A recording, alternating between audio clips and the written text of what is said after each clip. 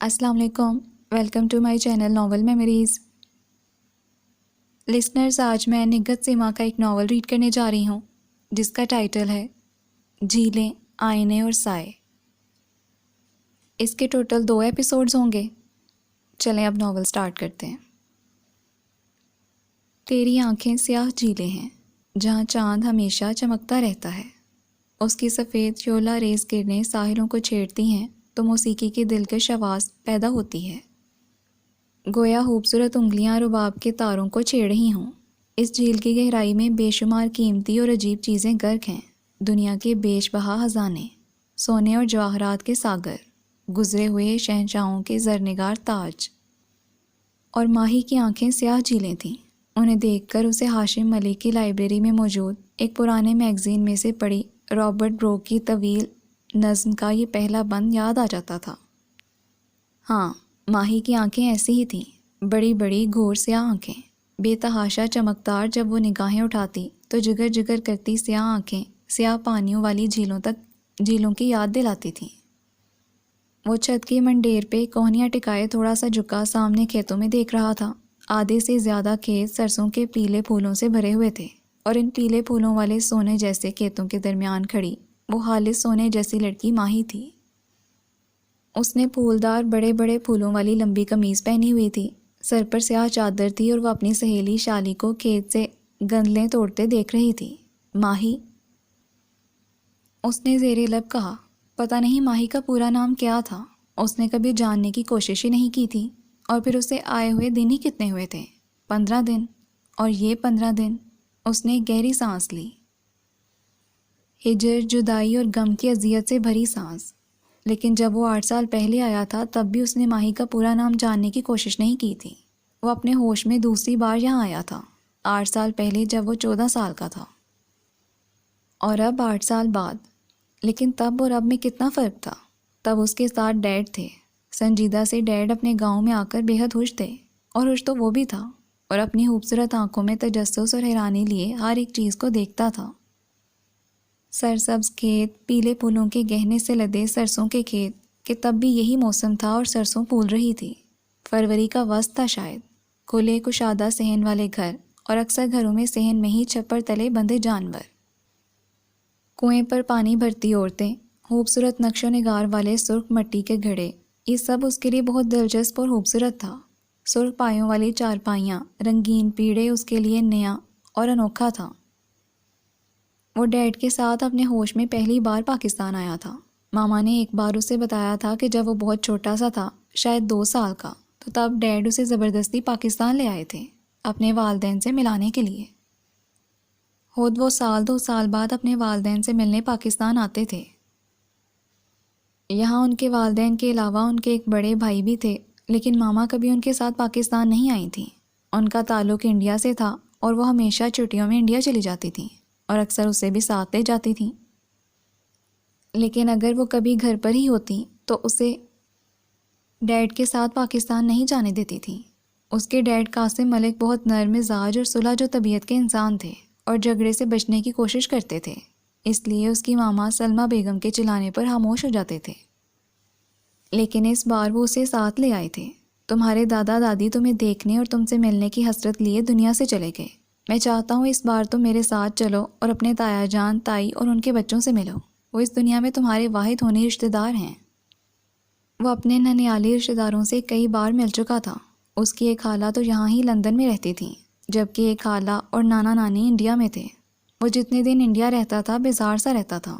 خالہ زاد بہن اور بھائی جو عمر میں اس سے کافی بڑے تھے، اسے کوئی خاص لفٹ نہیں کرواتے تھے، اس لیے اس نے سوچا کہ اسے ایک بار اپنے ڈیڈ کے رشتہ داروں سے بھی ملنا چاہیے۔ سلمہ بیگم نے ناپسندیدگی کا اظہار کیا تھا۔ عثمان وہاں جا کر کیا کرے گا قاسم؟ وہاں تمہارے بھائی بھابھی ہیں، تم جا کر مل لاؤ۔ ہاں وہاں اسے کہاں ہوار کرو گے؟ میں آپا اور ان کے بچوں کے ساتھ چھٹیوں میں فرانس جانے کا پروگرام بنا رہی ہوں۔ عثمان بھی ہمارے ساتھ جائے گا۔ لیکن ڈیڈ نے اس روز اکیلے میں اس سے کہا تھا، عثمان، اس مٹی سے ہمارا کوئی رشتہ نہیں ہے، یہ اجنبی زمین ہے۔ ہماری جڑیں جس مٹی میں ہیں، جس زمین سے ہمارا رشتہ جڑا ہے، تم ایک بار تو اس مٹی کے لمس کو محسوس کرو، وہ گھر، وہ جگہ جہاں میں نے جنم لیا۔ پروان چڑھا، میں چاہتا ہوں تم ایک بار تو ڈیڈ اسے اس روز بہت دل گرفتہ اور اداس لگے تھے اور اس نے ان کے ساتھ پاکستان آنے کا فیصلہ کر لیا تھا۔ پتہ ہے عثمان، رزق کی تلاش مجھے یہاں اس اجنبی زمین پر لے تو آئی ہے، لیکن میرا دل تو وہاں ہی رہ گیا ہے، انہی فضاؤں میں۔ یہاں کا آسمان، یہاں کی زمین، یہاں کے موسم آج بھی مجھے اجنبی لگتے ہیں۔ میں نے سوچا تھا ایک وقت آئے گا جب میں اپنے وطن لوٹ جاؤں گا، لیکن کیا ڈیڈ؟ انہوں نے ایک ٹھنڈی سانس لے کر بات ادھوری چھوڑی تھی۔ تمہاری موم، وہ پاکستان جا کر رہنے کے لیے تیار نہیں تھی۔ ایک وقت ایسا بھی گزرا جب میں نے تمہاری موم کو چھوڑ کر جانے کا ارادہ کر لیا تھا، لیکن پھر تم اور زارا آ گئے۔ میں تم دونوں کو چھوڑ کر نہیں جا سکتا تھا۔ وہ بچے لے لیتی اور میں تم دونوں کے بغیر کیسے جی پاتا؟ پھر زارا بیمار ہو گئی۔ وہ خون کی کمی کا شکار تھی اور میں جو سلمیٰ کو منانے کے پلان بناتا رہتا تھا کہ اگر وہ نہیں جانا چاہتی پاکستان تو اپنی مرضی اور خوشی سے بچے مجھے دے دیں، لیکن پھر زارا کی بیماری نے سب کچھ بھلا دیا۔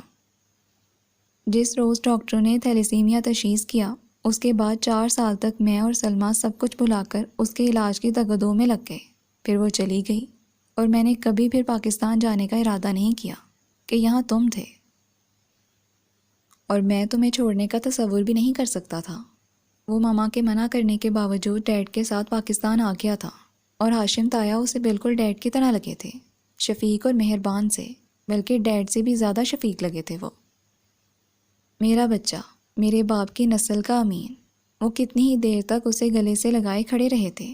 یہ بالکل فاروق جیسا ہے قاسم۔ فاروق جب اتنی عمر کا تھا تو ایسا ہی لگتا تھا۔ ان کا اکلوتا بیٹا فاروق 2 سال پہلے ایک حادثے میں انتقال کر گیا تھا۔ اس کی بائک کو ایک تیز رفتار ٹرک نے ٹکر ماری تھی۔ ہاں، عثمان اور فاروق دونوں نے ہی اپنے دادا کی شباہت چرائی ہے، جبکہ زارا اماں کی طرح تھی، ویسی ہی ناک، ویسی ہی آنکھیں اور ہونٹ۔ ڈیڈ زارا کو نہیں بھولتے تھے۔ تائیمہ سے مل کر بھی وہ متاثر ہوا تھا۔ نرم لہجے میں ٹھہر ٹھہر کر بات کرنے والی تائیمہ سراپائے شفقت و محبت تھیں، اور ماہی کو بھی پہلی بار اس نے تبھی دیکھا تھا۔ تائی جان کا آنچل پکڑے وہ تھوڑا سا ان کے پیچھے چھپی شرمائی ہوئی سی کھڑی تھی۔ بے حد خوبصورت گھور سیاہ آنکھیں، ہمدار لامبی پلکیں، سیدھی مانگ نکالے 2 چٹیاں کیے جن میں سرخ ربن بندھے تھے، سرخی چھوٹے چھوٹے پھولوں والا گھیردار فراک پہنے، اور 9-10 سال کی بچی تائی جان کے پیچھے چھپنے کی کوشش کر رہی تھی۔ یہ ماہی ہے، ہاشم ملک نے اس کا ہاتھ پکڑ کر تعارف کروایا تھا، ہماری لاڈلی بیٹی۔ اور وہ تھوڑا سا حیران ہوا تھا کہ تایا ابو کی کوئی اتنی چھوٹی سی بھی بیٹی ہو سکتی ہے، اور پھر خود ہی سوچ لیا تھا کہ شاید تایا ابو نے زیادہ عمر میں شادی کی ہو اور ماہی شاید دیر سے پیدا ہوئی ہو۔ یہ تو بعد میں ڈیڈ نے بتایا تھا کہ ماہی مدحت بھابی یعنی تائی جان کی بھانجی ہے، سال بھر کی تھی کہ والدہ کا انتقال ہو گیا۔ باپ نے فوراً ہی دوسری شادی کر لی۔ سوتیلی ماں رکھنا نہیں چاہتی تھی، اس لیے تائی جان اسے ساتھ لے کر آئی تھیں۔ ماہی کی امی نصرت ان کی سب سے چھوٹی بہن تھی۔ ماہی کے علاوہ گھر میں اور کوئی بچہ نظر نہیں آیا تھا، جبکہ ڈیڈ نے اسے کہا تھا کہ تایا جان اور ان کے بچے ددیال کی طرف سے اس کے واحد ہونے رشتہ دار ہیں۔ وہ نہیں جانتا تھا کہ تایا ابو کے کتنے بچے ہیں اور کہاں ہیں۔ ہاں، 2 سال پہلے جب اس کے ڈیڈ اپنے بھتیجے فاروق کی حادثاتی موت پر پاکستان آئے تھے تو اسے پتہ چلا تھا کہ اس کے تایا جان کا کوئی بیٹا ہے جس کا انتقال ہو گیا ہے۔ دراصل اس نے ڈیڈ سے نہ کبھی ان کے رشتہ داروں کے متعلق پوچھا تھا، نہ انہوں نے کبھی بتایا۔ بس اسے اتنا پتا تھا کہ ان کے ڈیڈ کے ماں باپ کے علاوہ ایک بڑے بھائی ہیں۔ اس نے ماما کو اکثر ڈیڈ سے الجھتے دیکھا تھا کہ ماں باپ مر گئے ہیں، اب کس لیے بھاگ بھاگ کر پاکستان جاتے ہو؟ میرے بڑے بھائی ہیں اور میری مٹی کی خوشبو ہے جو مجھے بلاتی ہے۔ ڈیڈ جھگڑتے اور چلاتے نہیں تھے، نرمی اور تحمل سے ماما کو جواب دیتے تھے، لیکن اس نے کبھی ڈیڈ سے ان کے متعلق نہیں پوچھا تھا۔ شاید اس کی عمر ایسی تھی کہ اس کا دھیان اپنی دلچسپیوں کے علاوہ اور کسی طرف نہیں تھا۔ ماما کے زیادہ تر رشتہ دار انڈیا میں ہی تھے۔ یہاں ایک بڑی بہن تھی جس کا ایک بیٹا اور 2 بیٹیاں تھیں، اور انڈیا میں موجود رشتہ داروں کے متعلق ماما خود ہی اسے بتاتی رہتی تھیں۔ جب کبھی فارغ ہوتی تو ان کے پاس باتیں کرنے کے لیے یہی موضوع ہوتا، انڈیا میں موجود اپنے رشتہ دار۔ آخری بار وہ ماما کے ساتھ 4 سال پہلے انڈیا گیا تھا، لیکن پاکستان تو وہ پہلی بار آیا تھا اور اسے اچھا لگا تھا۔ 2 روز بعد جب ناہید باجی اور صالحہ آپی انہیں ملنے آئیں تو اسے پتہ چلا تھا کہ فاروق کے علاوہ تایا جان کی 2 بیٹیاں بھی تھیں جو شہر میں بیاہی ہوئی تھیں، اور دونوں بھی اسے بہت اچھی لگی تھیں۔ ناہید باجی کے 2 بیٹے تھے، 4 اور 3 سال کے، جبکہ صالحہ آپی کی ایک ہی بیٹی تھی 2 سال کی۔ وہ 3 دن رہ کر چلی گئیں اور 3 دن گھر میں خوب رونق لگی رہی تھی، اور ان 3 دنوں میں ماہی بھی اسے کم ہی نظر آئی تھی۔ وہ تایا جان اور تائی جان کی طرح ناہید باجی اور صالحہ آپی کی بھی لاڈلی تھی، اور اسے بھی بہت کیوٹ لگی تھی۔ جلدی وہ اس سے بے تکلف ہو گئی تھی، اور اس نے تقریباً آدھے گاؤں سے اسے متعارف کروا دیا تھا۔ یہی نہیں، اپنی بکری لاڈو اور شالی کے ڈوگی ڈبوں تک وہ سے متعارف ہو چکا تھا۔ شالی ماسٹر نورخان کی بیٹی تھی جو پڑوس میں رہتے تھے اور ماہی کی سہیلی تھی۔ وہ تقریباً 1 ماہ یہاں رہے تھے، اور یہ 1 ماہ اس کی زندگی کے خوبصورت ترین دنوں میں سے تھا۔ سرسبز کھیت، کھلی فضا، سادہ دل لوگ، سب اس کے لیے پرکشش تھا۔ وہ نہیں جانتا تھا کہ وہ پھر کبھی یہاں آ بھی پائے گا یا نہیں، لیکن دل کے اندر کہیں یہ خواہش ضرور تھی کہ وہ پھر یہاں آئے اور ان محبتوں سے اپنی جھولی بھرے جن سے وہ ناآشنا تھا۔ ہاشم ملک، اس کے تایا جان، جن کے اصرار پر وہ ماہی کی طرح انہیں بابا کہنے لگا تھا، اس سے بے حد پیار کرتے تھے، اور تائی جان، جنہیں اس نے خود ہی ماہی کی طرح بڑی اماں کہنا شروع کر دیا تھا، اس پر ہر وقت صدقے واری جاتی۔ اس کے اتنے لاڈ تو اس کی اپنی سگی ماں نے بھی نہیں اٹھائے تھے جتنے بڑی اماں اٹھاتی تھیں۔ اس نے ڈیڈ کو لندن میں اتنا خوش کبھی نہیں دیکھا تھا جتنا وہ یہاں نظر آتے تھے۔ شاید وہ صحیح کہتے تھے کہ اپنے وطن اور اپنی مٹی کی بات ہی اور ہوتی ہے۔ اس کی باس میں اپنائیت کے جو رنگ ملے ہوتے ہیں وہ اجنبی زمینوں کی خوشبو میں نہیں ہوتے۔ ہاشم ملک شہر میں کسی کالج میں پڑھاتے تھے۔ وہ سویرے ہی ناشتہ کر کے اپنی بائک پر نکل جاتے تھے، اور ڈیڈ اسے ساتھ لے کر پہلے قبرستان جاتے، وہاں اپنے والدین اور فاروق کی قبر پر فاتحہ پڑھنے کے بعد کھیتوں میں سے ہوتے ہوئے لمبی واک کر کے گھر آتے۔ راستے میں ملنے والا ہر شخص بڑی محبت سے ملتا۔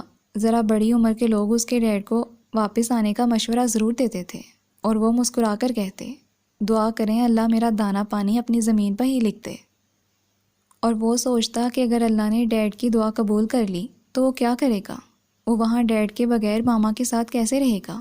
اور وہ دل ہی دل میں ڈیڈ کے الفاظ کی تصدیق کرتا کہ اللہ ڈیڈ کے ساتھ اس کا اور ماما کا بھی دانہ پانی یہاں لکھ دے۔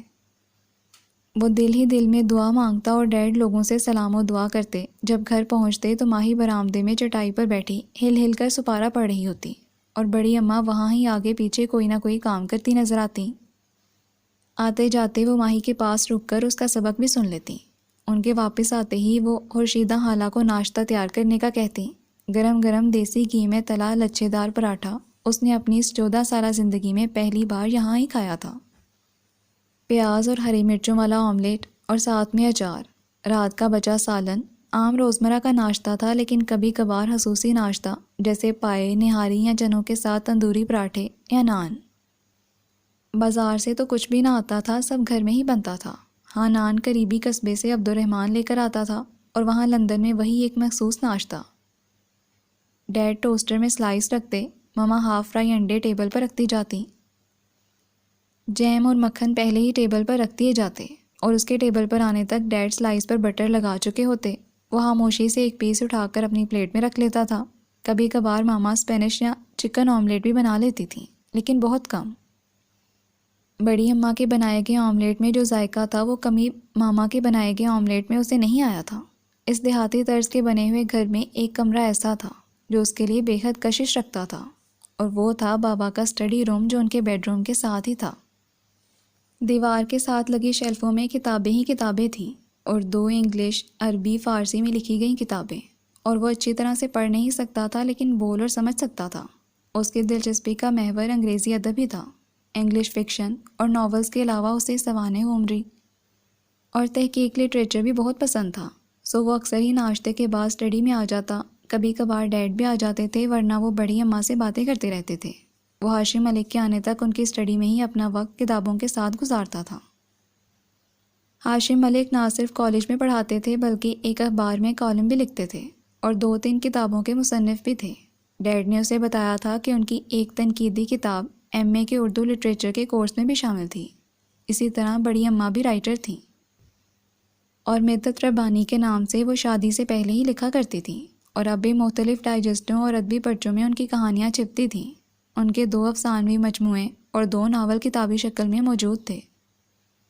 وہ تصور بھی نہیں کر سکتا تھا کہ ایک چھوٹے سے گاؤں میں رہنے والے اس کے تایا جان اور تائی جان ادیب ہوں گے۔ جنہیں ماما اکثر پینڈو اور دیہاتی کہا کرتی تھی، ان کا تعلق تو کلم و کتاب سے تھا۔ وہ جہاں سے آیا تھا وہاں ایک مصنف اور استاد کا مقام بہت بلند تھا۔ وہ لکھنے والوں کا بے حد احترام کرتا تھا۔ اس کے نزدیک وہ عام لوگوں سے بہتر اور اعلیٰ سوچ رکھنے والے ہوتے ہیں۔ سو ان سے گفتگو کر کے اسے مزہ آتا تھا۔ اسے اندازہ ہوا تھا کہ بڑی اماں کی تحریروں کو کافی پسند کیا جاتا تھا۔ ہر روز ان کے نام ڈھیروں ہاتھ آتے تھے جو ان کے قارئین انہیں لکھتے تھے۔ 4 ہفتے اتنی جلدی گزرے کہ پتہ ہی نہیں چلا تھا۔ حالانکہ جب وہ ڈیڈ کے ساتھ آ رہا تھا تو اس کا خیال تھا کہ یہ 4 ہفتے یہاں ایک اجنبی جگہ گزارنا کتنا مشکل ہو جائے گا۔ شاید وہ چند دنوں میں ہی بور ہو جائے گا۔ سلمیٰ کا بھی یہی حال تھا کہ وہ وہاں زیادہ دن نہ رہ پائے گا، سو اگر دل نہ لگے تو واپس آ جانا۔ بلا وجہ رکنے کی ضرورت نہیں ہے، بلکہ اپنے تایا سے مل کر تم تو فوراً واپس آ جانا۔ نہ جانے کتنی ہی بار انہوں نے اس سے کہا تھا۔ دراصل سلمیٰ بیگم بھی ان 90% عورتوں میں سے تھیں جو اپنے بچوں کو ددیال والوں سے دور رکھتی ہیں اور ان کے دل میں ان رشتوں سے محبت پیدا نہیں ہونے دیتی۔ مگر یہاں آ کر اسے یہ 4 ہفتے کم لگنے لگے تھے۔ جس صبح انہیں واپس جانا تھا اس رات اور دیر تک جاگتے رہے تھے۔ شہر سے ناہید باجی اور صالحہ آپی بھی اپنے بچوں اور شوہروں کے ساتھ آئی ہوئی تھیں۔ صبح انہیں صالحہ آپی کے شوہر حامد بھائی کے ساتھ ایئرپورٹ جانا تھا ان کی گاڑی میں۔ مارچ کا پہلا ہفتہ تھا، شاید 2 یا 3 تاریخ۔ موسم اچھا تھا۔ صحن میں بچھی چارپائیوں پر کھلے آسمان تلے بیٹھنا اسے بہت تصوراتی سا لگا تھا۔ ڈیڈ اور بابا اپنے بچپن کی اور اپنے والدین کی باتیں کر رہے تھے۔ ناہید اور صالحہ دونوں بہنیں کچن میں گھسی اور شیدہ کے ساتھ رات کا کھانا تیار کروا رہی تھیں۔ وہ حامد بھائی کے ساتھ چارپائی پر بیٹھا ڈیڈ اور بابا کو باتیں کرتا سن رہا تھا اور ماہی بڑی اماں کی گود میں سر رکھے لیٹی تھی۔ اسے شاید نیند آ رہی تھی لیکن وہ سونا نہیں چاہتی تھی، اس لیے بار بار آنکھیں بند کرتی اور کھولتی تھی۔ اپنوں کا ہجر بہت تکلیف دہ ہوتا ہے قاسم، تم نہیں جانتے کہ کیسے دن گن گن کر گزارتا ہوں۔ اتنا انتظار نہ کروایا کرو یار۔ ہاشم ملک کی آنکھیں نم تھیں۔ کوشش کروں گا بھائی جی کہ ہر سال آیا کروں۔ قاسم ملک کی آنکھیں بھی نم ہو گئی تھیں۔ اور عثمان کو بھی لایا کرو۔ ہاشم ملک نے اس کی طرف دیکھا تھا۔ اسے دیکھتا ہوں تو فاروق آنکھوں کے سامنے آ جاتا ہے۔ جی بابا، میں بھی ڈیڈ کے ساتھ ہر سال آؤں گا۔ اس نے جیسے زبان سے ہی نہیں کہا تھا بلکہ دل میں بھی عہد کیا تھا۔ یہ ہجر کیا ہوتا ہے بابا؟ ماہی اٹھ کر بیٹھ گئی تھی اور سر اٹھا کر پوچھ رہی تھی۔ شاید وہ ابھی تک ہاشم ملک کے کہے ہجر میں الجھی ہوئی تھی۔ جدائی۔ ہاشم ملک مسکرائے تھے۔ ہجر جدائی ہوتی ہے بیٹا، اور مجھے بھی صالحہ آپی اور ناہید باجی کا ہجر تکلیف دیتا ہے بابا۔ اس نے ناراضی سے کچن کی طرف دیکھا۔ آپ ان سے کہہ دیں گے نا، وہ اتنے زیادہ دنوں بعد آتی ہیں اور بس 1 یا 2 دن رہ کر چلی جاتی ہیں۔ میں ان سے ناراض ہوں۔ آج ہی وہ آئی ہیں اور کل چلی بھی جائیں گی۔ اچھا کہہ دوں گا۔ ہاشم ملک مسکرائے تھے۔ لیکن میری جان، بیٹیوں کا ہجر تو سب والدین کے نصیب میں لکھا ہوتا ہے۔ کیا میرا بھی؟ وہ حیران آنکھوں سے انہیں دیکھ رہی تھی، پھر جیسے خود ہی اس نے نفی میں سر ہلا دیا تھا۔ نہیں، میں آپ کو ہجر کی تکلیف نہیں دوں گی۔ اس نے بڑی اماں کے گلے میں باہیں ڈال دی تھیں اور انہوں نے اسے اپنے ساتھ لپٹا لیا تھا۔ میں صالحہ اور ناہید باجی کی طرح شادی کر کے کبھی بھی آپ کو چھوڑ کر نہیں جاؤں گی۔ اس کی آنکھوں میں نمی سی چمکی تھی اور میں ماہی کو دیکھ رہا تھا، اس کی آنکھوں کو جو سیاہ جھیلیں تھیں جن کے سیاہ پانیوں کے نیچے قیمتی آبدار موتی چھپے تھے۔ اور چاچو آپ نہ جائیں نا، یہاں ہی رک جائیں۔ وہ اب قاسم ملک کی طرف دیکھ رہی تھی۔ بابا آپ کو بہت یاد کرتے ہیں اور یاد کر کے روتے بھی ہیں۔ ڈیڈ، کیا ہم 1 ہفتہ مزید نہیں رک سکتے یہاں؟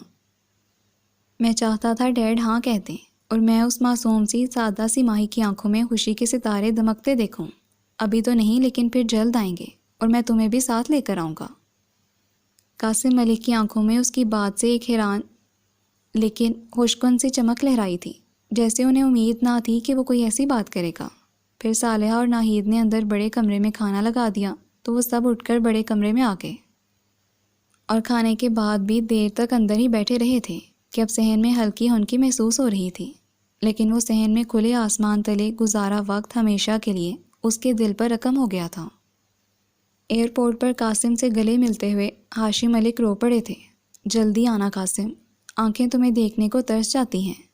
اب اس بار جلدی آؤں گا بھائی جی، یہ عثمان بھی تو اب ساتھ ہی آئے گا۔ وہ نم آنکھوں کے ساتھ مسکرائے تھے۔ لیکن یہ جلدی تو 8 سال پر محیط ہو گئی تھی۔ گو قاسم ملک نے بہت کوشش کی تھی سال بعد جانے کی، لیکن ٹکٹ کے لیے پیسے جمع نہ کر سکے تھے۔ دراصل سلمیٰ بیگم ہر ہفتے ان سے تنخواہ لے لیا کرتی تھی اور جیب خرچ کے لیے کچھ پاؤنڈ انہیں دے دیتی تھی۔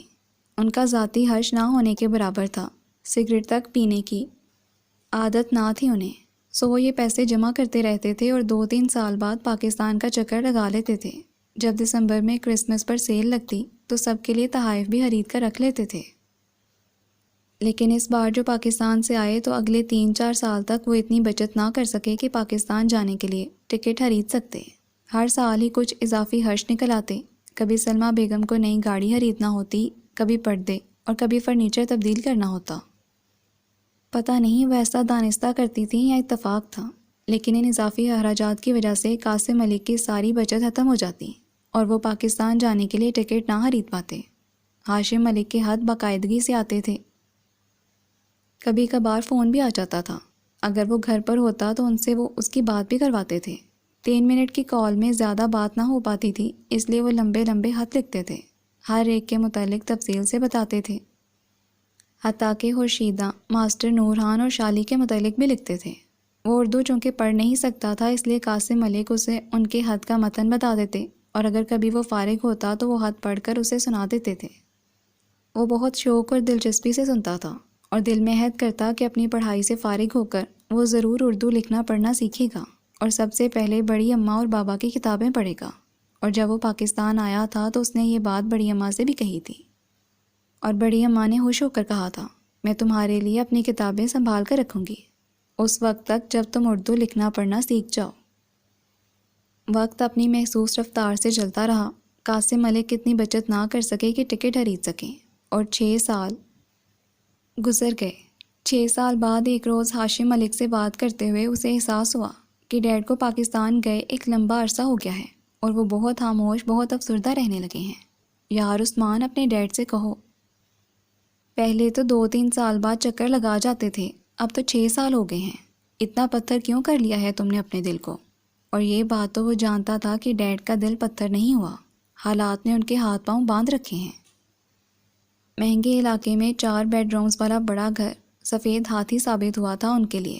ٹیکس، بجلی، گیس کے بل، ساری تنخواہ خرچ ہو جاتی تھی اور وہ کچھ بچا نہ پاتے تھے، اور ماما تو اپنی تنخواہ صرف اپنی ذات پر خرچ کرتی تھی۔ تبھی اس نے دل ہی دل میں عہد کیا تھا کہ وہ اس سال ڈیڈ کو ضرور پاکستان بھیجے گا، سو وہ چپکے چپکے اپنے جیب خرچ سے کچھ پاؤنڈ بچا کر رکھ لیتا تھا۔ وہ ہفتے میں 2 دن شام کو 2 یا 3 گھنٹے کے لیے ایک اسٹور پر کام بھی کرنے لگا تھا اور یہ رقم بھی وہ جمع کر رہا تھا۔ اس کے پاس کمپیوٹر تھا لیکن گاؤں میں نیٹ کی سہولت نہیں تھی، فون بھی چند سال پہلے لگا تھا۔ ایک بار جب وہ صالحہ آپی کے گھر گئے تھے تو اس نے ان سے ڈیڈ کی بات کروائی تھی۔ وہ اسے بے حد کمزور لگے تھے، صرف 6 سالوں میں وہ بوڑھے لگنے لگے تھے۔ یہ آپ کو کیا ہو گیا ہے بابا؟ اسے افسوس ہوا تھا۔ کیا ہونا ہے بیٹا، اپنوں کی جدائی یوں ہی گلا دیتی ہے۔ آدھا تو فاروق کی جدائی نے مار دیا تھا اور باقی کا ہولے ہولے تمہارے ڈیڈ کی جدائی مار رہی ہے۔ وہ بے حد افسردہ تھے۔ وعدہ بابا، اس سال دسمبر میں ڈیڈ اور میں آپ کے پاس ہوں گے۔ لیکن اس کا وعدہ بھی بس وعدہ ہی رہا۔ نومبر میں جب وہ چپکے چپکے سب کے لیے گفٹ خرید رہا تھا، ڈیڈ اچانک بیمار ہو گئے۔ نہ جانے کتنے ٹیسٹ ہوئے، وہ چاہتا تھا جلدی ٹیسٹ ہوں، رپورٹس ملیں اور علاج شروع ہو، لیکن مختلف ٹیسٹوں کی ڈیٹس اتنی لیٹ مل رہی تھیں کہ وہ گھبرا گیا۔ وہ چاہتا تھا کہ جلد مرض کا پتہ چلے اور علاج شروع ہو۔ تب گھبرا کر اس نے پرائیویٹ ڈاکٹر سے رجوع کیا اور بالآخر تشخیص ہوئی کہ کینسر ہے اور کافی پھیل چکا ہے۔ پرائیویٹ علاج مہنگا تھا لیکن اسے پرائیویٹ ہی کروانا تھا۔ وہ برٹش سٹیزن ہونے کی وجہ سے ان کی میڈیکل انشورنس تھی، لیکن وہی 2 ماہ بعد کی تاریخ، سو اس کی ساری بچت ڈیڈ کے علاج پر لگ گئی۔ سلمیٰ نے تو کبھی بچت کی ہی نہیں تھی، انہیں مہنگے اور برانڈڈ کپڑے پہننے کا شوق تھا۔ وہ قیمتی میک اپ اور جیولری وغیرہ پر اپنی ساری تنخواہ خرچ کر دیتی تھی۔ پھر ہر سال انڈیا اپنے والدین سے ملنے جاتی تھیں، وہاں موجود عزیزوں کے لیے تحفے وغیرہ بھی خرید کے جاتے تھے۔ مام، اس سال آپ انڈیا نہ جائیں، اس نے سلمیٰ بیگم سے کہا تھا۔ کیوں؟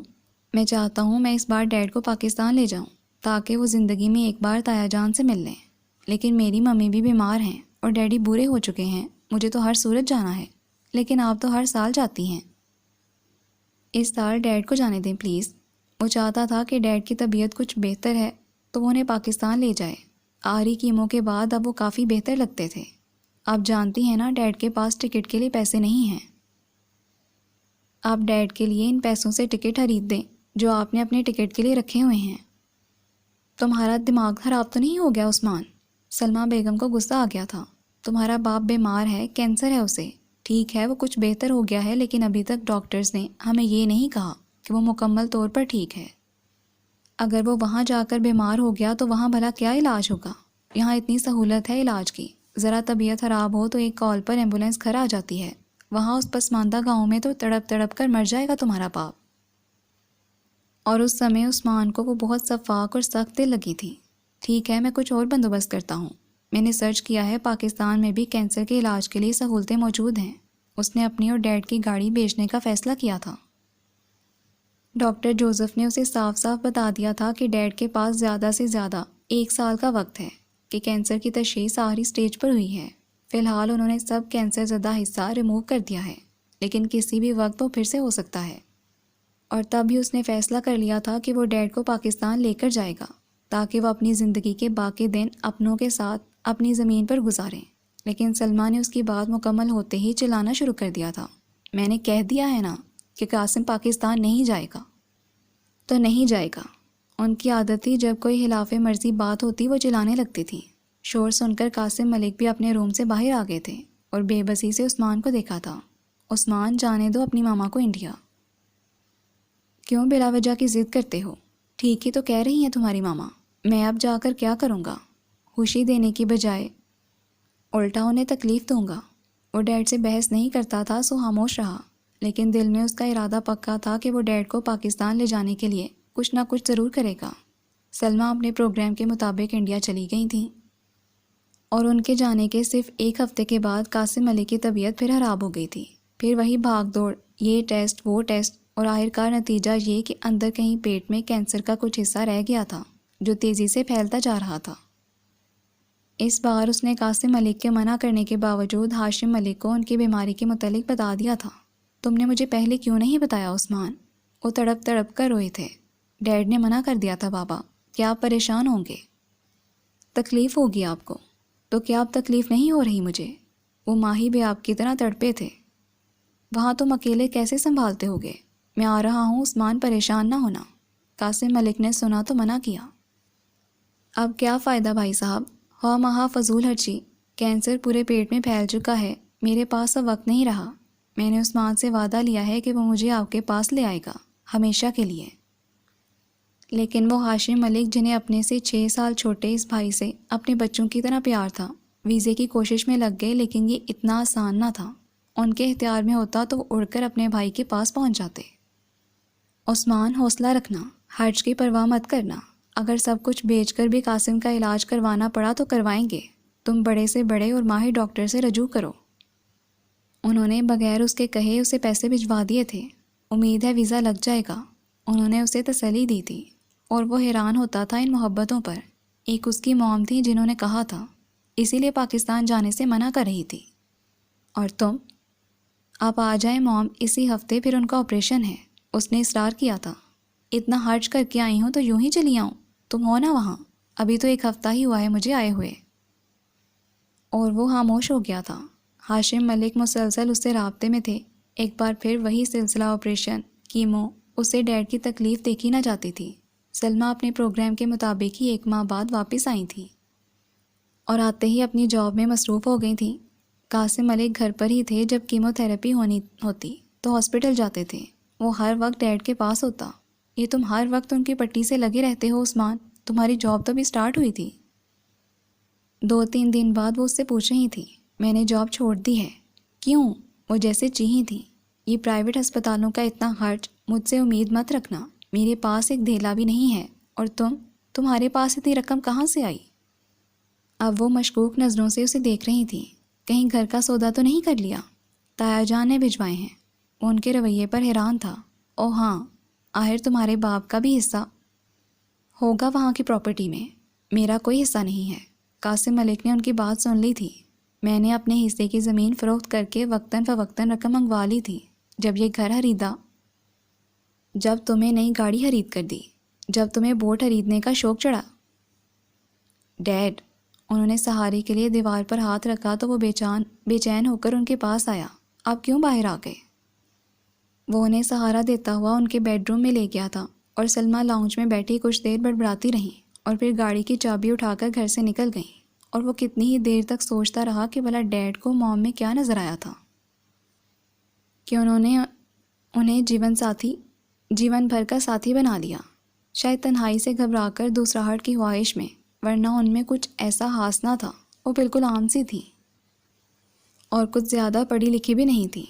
ڈیڈ نے اسے بتایا تھا کہ جن دنوں وہ پڑھ رہے تھے تو دوسرے اسٹوڈنٹس کی طرح اپنے تعلیمی اخراجات پوری کرنے کے لیے ہفتے میں 2 دن ایک اسٹور پر جاب کرتے تھے، اور سلمیٰ بیگم بھی وہاں ہی جاب کرتی تھی۔ ان کا تعلق انڈیا سے تھا اور وہ یہاں اپنی بہن کے پاس رہتی تھی۔ شاید بہن نے انہیں اسپانسر کیا ہو یا ایجوکیشن ویزا لے کر دیا ہو۔ سلمیٰ بیگم شاید ڈیڈ کے دل کو بھا گئی تھیں کہ ڈیڈ نے انہیں اپنی زندگی میں شامل کر لیا تھا۔ اگر ڈیڈ نے پاکستان میں شادی کی ہوتی تو آج وہ ان کے ساتھ اکیلا نہ ہوتا، سب ہوتے حوصلہ دینے اور تسلی دینے والے۔ کیا سوچ رہے ہو عثمان؟ وہ نیموا آنکھوں سے اسے ہی دیکھ رہے تھے۔ بابا کہہ رہے تھے منڈے کو ایمبیسی والوں نے پھر انہیں بلایا ہے، امید ہے ویزا لگ جائے گا۔ آپ سو رہے تھے تو ان کا فون آیا تھا۔ اسی کے متعلق سوچ رہا تھا کہ اگر ویزا نہ لگا تو میں نے تو وہ سارے پیپرز بابا کو بھجوا دیے تھے جو انہوں نے منگوائے تھے، ماں آپ کی میڈیکل رپورٹ کے۔ اپنی موم کی باتوں کا برا مت مانا کرو عثمان۔ اس کی ساری بات سن کر انہوں نے کہا تھا، اور اپنا وعدہ یاد رکھنا، مجھے یہاں دفن مت کرنا، مجھے میرے گاؤں لے جانا۔ تمہاری موم تمہیں روکیں گی، منع کریں گی، لیکن بس یہ ایک بات تم ان کی نہ ماننا۔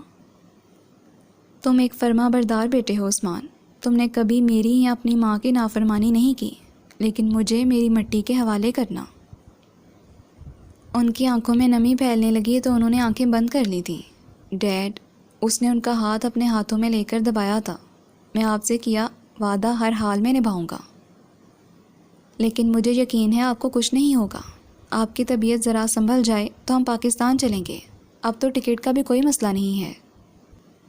بابا نے میرے منع کرنے کے باوجود پھر میرے اکاؤنٹ میں پیسے بھجوا دیے ہیں، اور پھر کیا خبر بابا کا ویزا لگ جائے اور وہ خود ہی آپ کو یہاں آ کر لے جائیں۔ وہ کہتے ہیں وہاں پاکستان میں بہت قابل ڈاکٹر ہیں، انہیں یہاں کی ڈاکٹروں پر زیادہ یقین نہیں ہے۔ پتہ نہیں وہ خود کو تسلی دے رہا تھا یا انہیں، کیونکہ ڈاکٹر نے اسے صاف بتا دیا تھا کہ زندگی کی امید نہیں، بس چند ہفتے، چند ماہ۔ اور قاسم ملک ہر روز اس سے وعدہ لیتے اور وہ ہر روز روتے دل کے ساتھ وعدہ کرتا، اور اسے وعدہ تو نبھانا ہی تھا۔ جس روز ہاشم ملک کا ویزا لگا، اسی روز قاسم ملک نے لندن کے ایک ہاسپٹل میں آخری سانس لی۔ بابا میں ڈیڈ کو لا رہا ہوں، سیٹ کنفرم ہوتے ہی آپ کو اطلاع دیتا ہوں۔ اسے مزید بولا نہ گیا تھا۔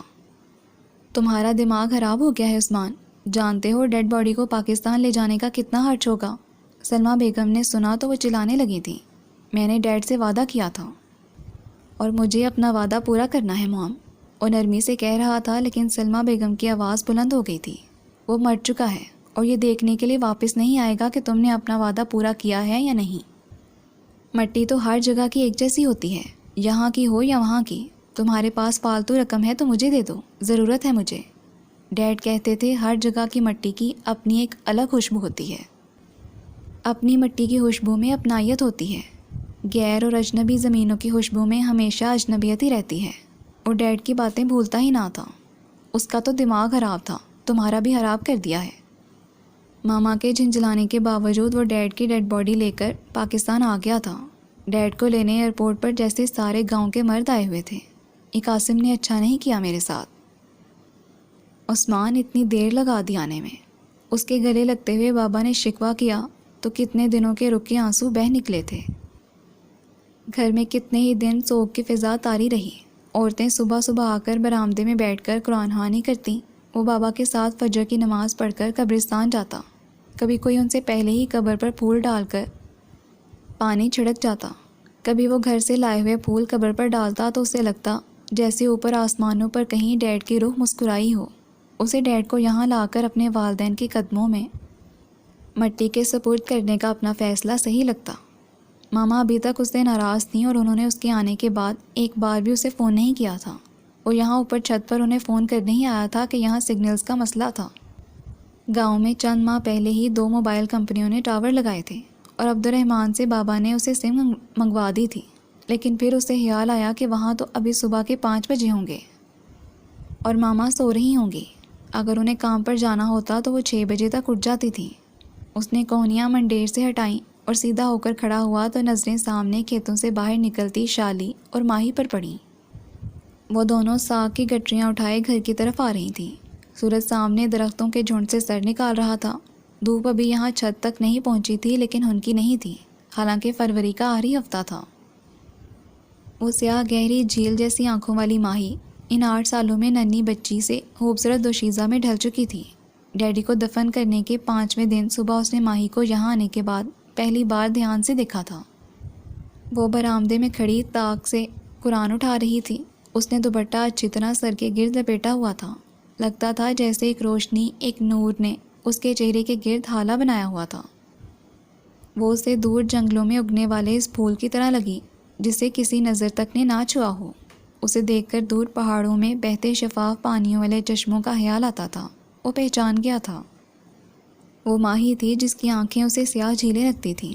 وہ شاید نماز سے فارغ ہو کر اب قرآن پڑھ رہی تھی۔ اسے دیکھ کر اس نے سلام کیا تھا۔ تم ماہی ہو نا؟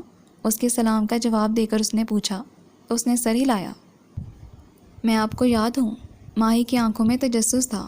ہاں، لیکن میرے تصور میں تم چھوٹی سی بچی تھی جو شروع میں ہمیں دیکھ کر بڑی اماں کے پیچھے چھپ جاتی تھی، اور پھر جب تم سے دوستی ہوئی تو تم بہت باتیں کرتی تھی، اپنی سہیلی شالی کے، اس کے ڈاگی ڈبوں کی، اور اس کی پرتجسس آنکھوں میں روشنیاں سی جل اٹھی تھیں۔ مجھے بھی آپ یاد تھے اور چاچو بھی۔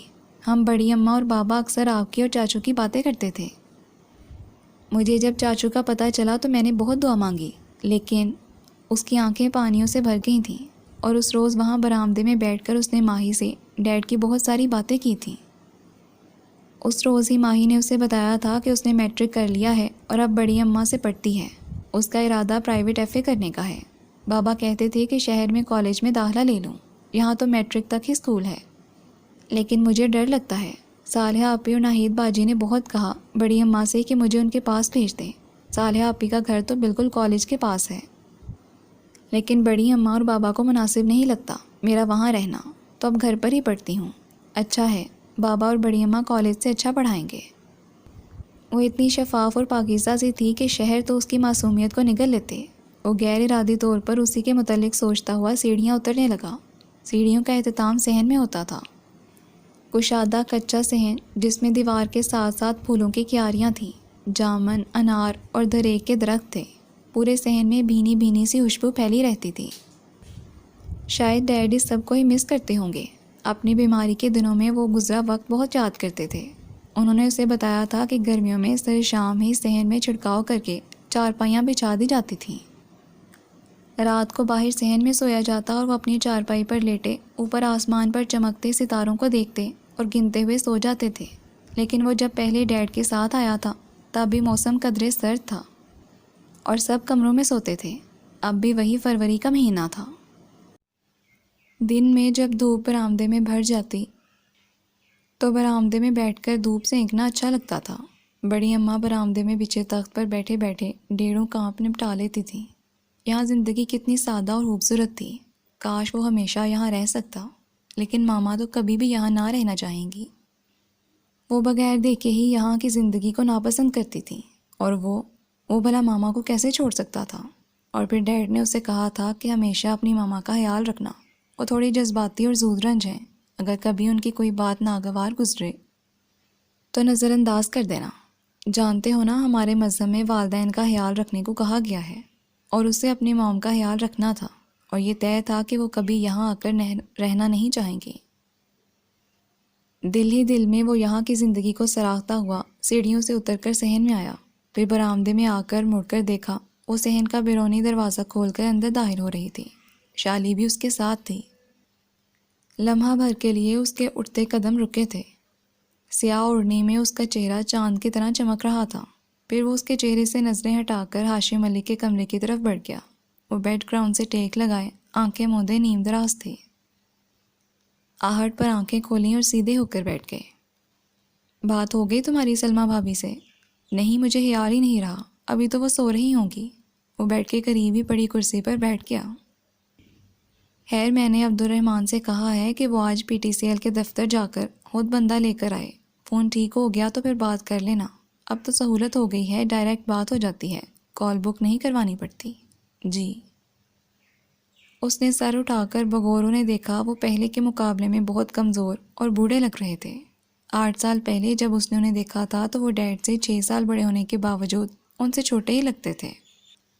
اتنے دنوں سے وہ اپنے ہی غم میں مبتلا تھا اور اس نے اتنے دھیان سے انہیں دیکھا ہی نہیں تھا۔ پھر اتنا وقت ہی کہاں ملا تھا ان کے پاس بیٹھنے کا۔ سارا دن ادھر ادھر اور دور دراز سے لوگ ان کے پاس تعزیت کے لیے آتے رہتے تھے۔ ان کے کولیگ اسٹوڈنٹ جس کو پتہ چلتا آ جاتا۔ ان کا زیادہ وقت ڈیرے پر ہی گزر رہا تھا، اس کے لیے تو سب اجنبی تھے۔ سو کچھ دیر بعد ہی اٹھا تھا۔ 2 دن سے آمد و رفت کا یہ سلسلہ کچھ کم ہوا تھا، اس لیے آج ناشتے کے بعد وہ گھر ہی تھے۔ آپ بہت کمزور ہو گئے ہیں بابا۔ عمر کا تقاضا ہے یار، اب روز بروز کمزور ہی ہونا ہے۔ مدھم سی مسکراہٹ ان کے لبوں پر نمودار ہو کر معدوم ہو گئی تھی۔ خیر اب آپ اتنے بھی بوڑھے نہیں ہوئے۔ اسے بڑی اماں نے بتایا تھا کہ ابھی ان کی ریٹائرمنٹ میں 6 سال رہتے ہیں۔ فی الحال تو انہوں نے UK جانے کے لیے چھٹی لے رکھی ہے، 2 ماہ کی۔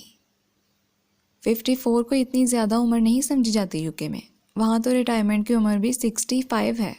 عمر کا کیا ہے، قاسم تو صرف 48 سال کا تھا اور مجھ سے پہلے چلا گیا۔ ان کی آنکھیں نم ہوئیں۔ 2 سال سے تکلیف میں تھا، کبھی بتایا ہی نہیں۔ بتاتا تو عہد نہیں آ سکتا تھا تو میں آ جاتا، اور تم نے بھی تو نہیں بتایا۔ انہوں نے ایک بار پھر شکوہ کیا تھا۔ نہ جانے کتنی بار پہلے بھی کر چکے تھے اور ہر بار کی طرح اس نے اس بار بھی وہی جواب دیا۔ میں کیا کرتا بابا، ڈیڈ نے منع کر دیا تھا بتانے کو۔ ہاں وہ بچپن سے ایسا ہی تھا، اپنا دکھ اپنی تکلیف کسی سے نہ کہتا، خود ہی برداشت کرتا رہتا۔ پتہ نہیں کتنی باتیں دل کی دل میں ہی رہ گئیں۔ انہوں نے ایک ٹھنڈی سانس بھری۔ جب ٹھیک تھا تب بھی کچھ نہیں کہتا تھا۔ میں کہتا قاسم کب آؤ گے، وعدہ کیا تھا تم نے ہر سال آنے کا۔ وہ کہتا کچھ مسئلہ ہے ہاشم بھائی، فی الحال نہیں آ سکتا لیکن جلد آؤں گا۔ لیکن میرے پوچھنے پر بھی کبھی اپنا مسئلہ نہیں بتاتا تھا۔ ذکر تو کرتا کہ معاشی پرابلمز ہیں تو میں پیسے بھجوا دیتا۔ یہ بات کچھ دن پہلے ہی اس نے انہیں بتائی تھی کہ کس وجہ سے وہ نہیں آ سکتے تھے۔ تم سے آخری دنوں میں کیا باتیں کرتا تھا؟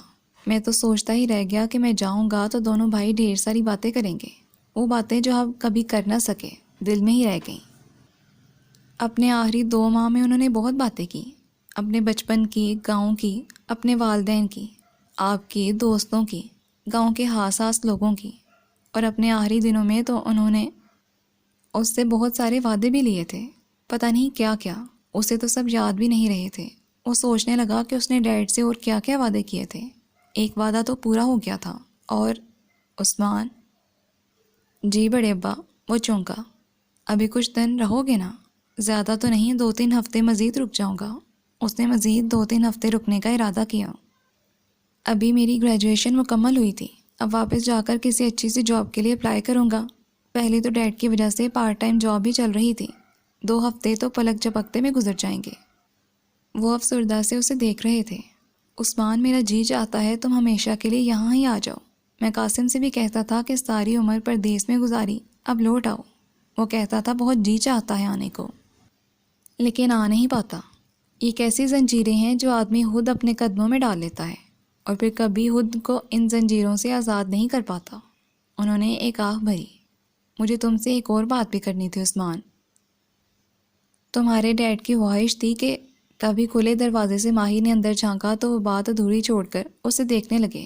یہ تم اتنی دیر سے کہاں غائب تھیں؟ وہ شالی گندے توڑنے جا رہی تھی تو میں بھی چلی گئی کہ چلو آج ہم بھی سرسوں کا ساگ پکاتے ہیں۔ اس نے اندر قدم رکھا۔ تمہارا دل چاہ رہا تھا تو خورشیدہ سے کہتی وہ لے آتی، بابا کو اس کا بہت خیال رہتا تھا۔ اس نے دیکھا تھا وہ شالی یا گاؤں کی دوسری لڑکیوں کی طرح کام نہیں کرتی تھی۔ وہ میرا جی چاہ رہا تھا بابا کہ میں خود شالی کے ساتھ جا کر کھیت سے ساگ لے کر آؤں۔ پتہ ہے بابا، کھیتوں میں جا کر ساگ چننا، گندلے توڑنا، ایسا لگتا ہے جیسے ان کھیتوں میں ہل میں نے چلایا ہو، اس مٹی میں میرا بھی پسینہ گرا ہو۔ جلی نہ ہو تو ہاشم ملک مسکرائے۔ تو پھر آج سرسوں کا ساگ پک رہا ہے؟ نہیں، سرسوں کا ساگ پکانا آسان تھوڑا ہے، پہلے کاٹو، پھر ابالو، پھر اس نے نفی میں ادھر ادھر سر ہلایا۔ تو اس کی ناک کی لونگ کا لشکارہ اس کی سیاہ آنکھوں کی جھیلوں میں جھلملایا۔ وہ مبہوت سا ہو کر اسے دیکھنے لگا۔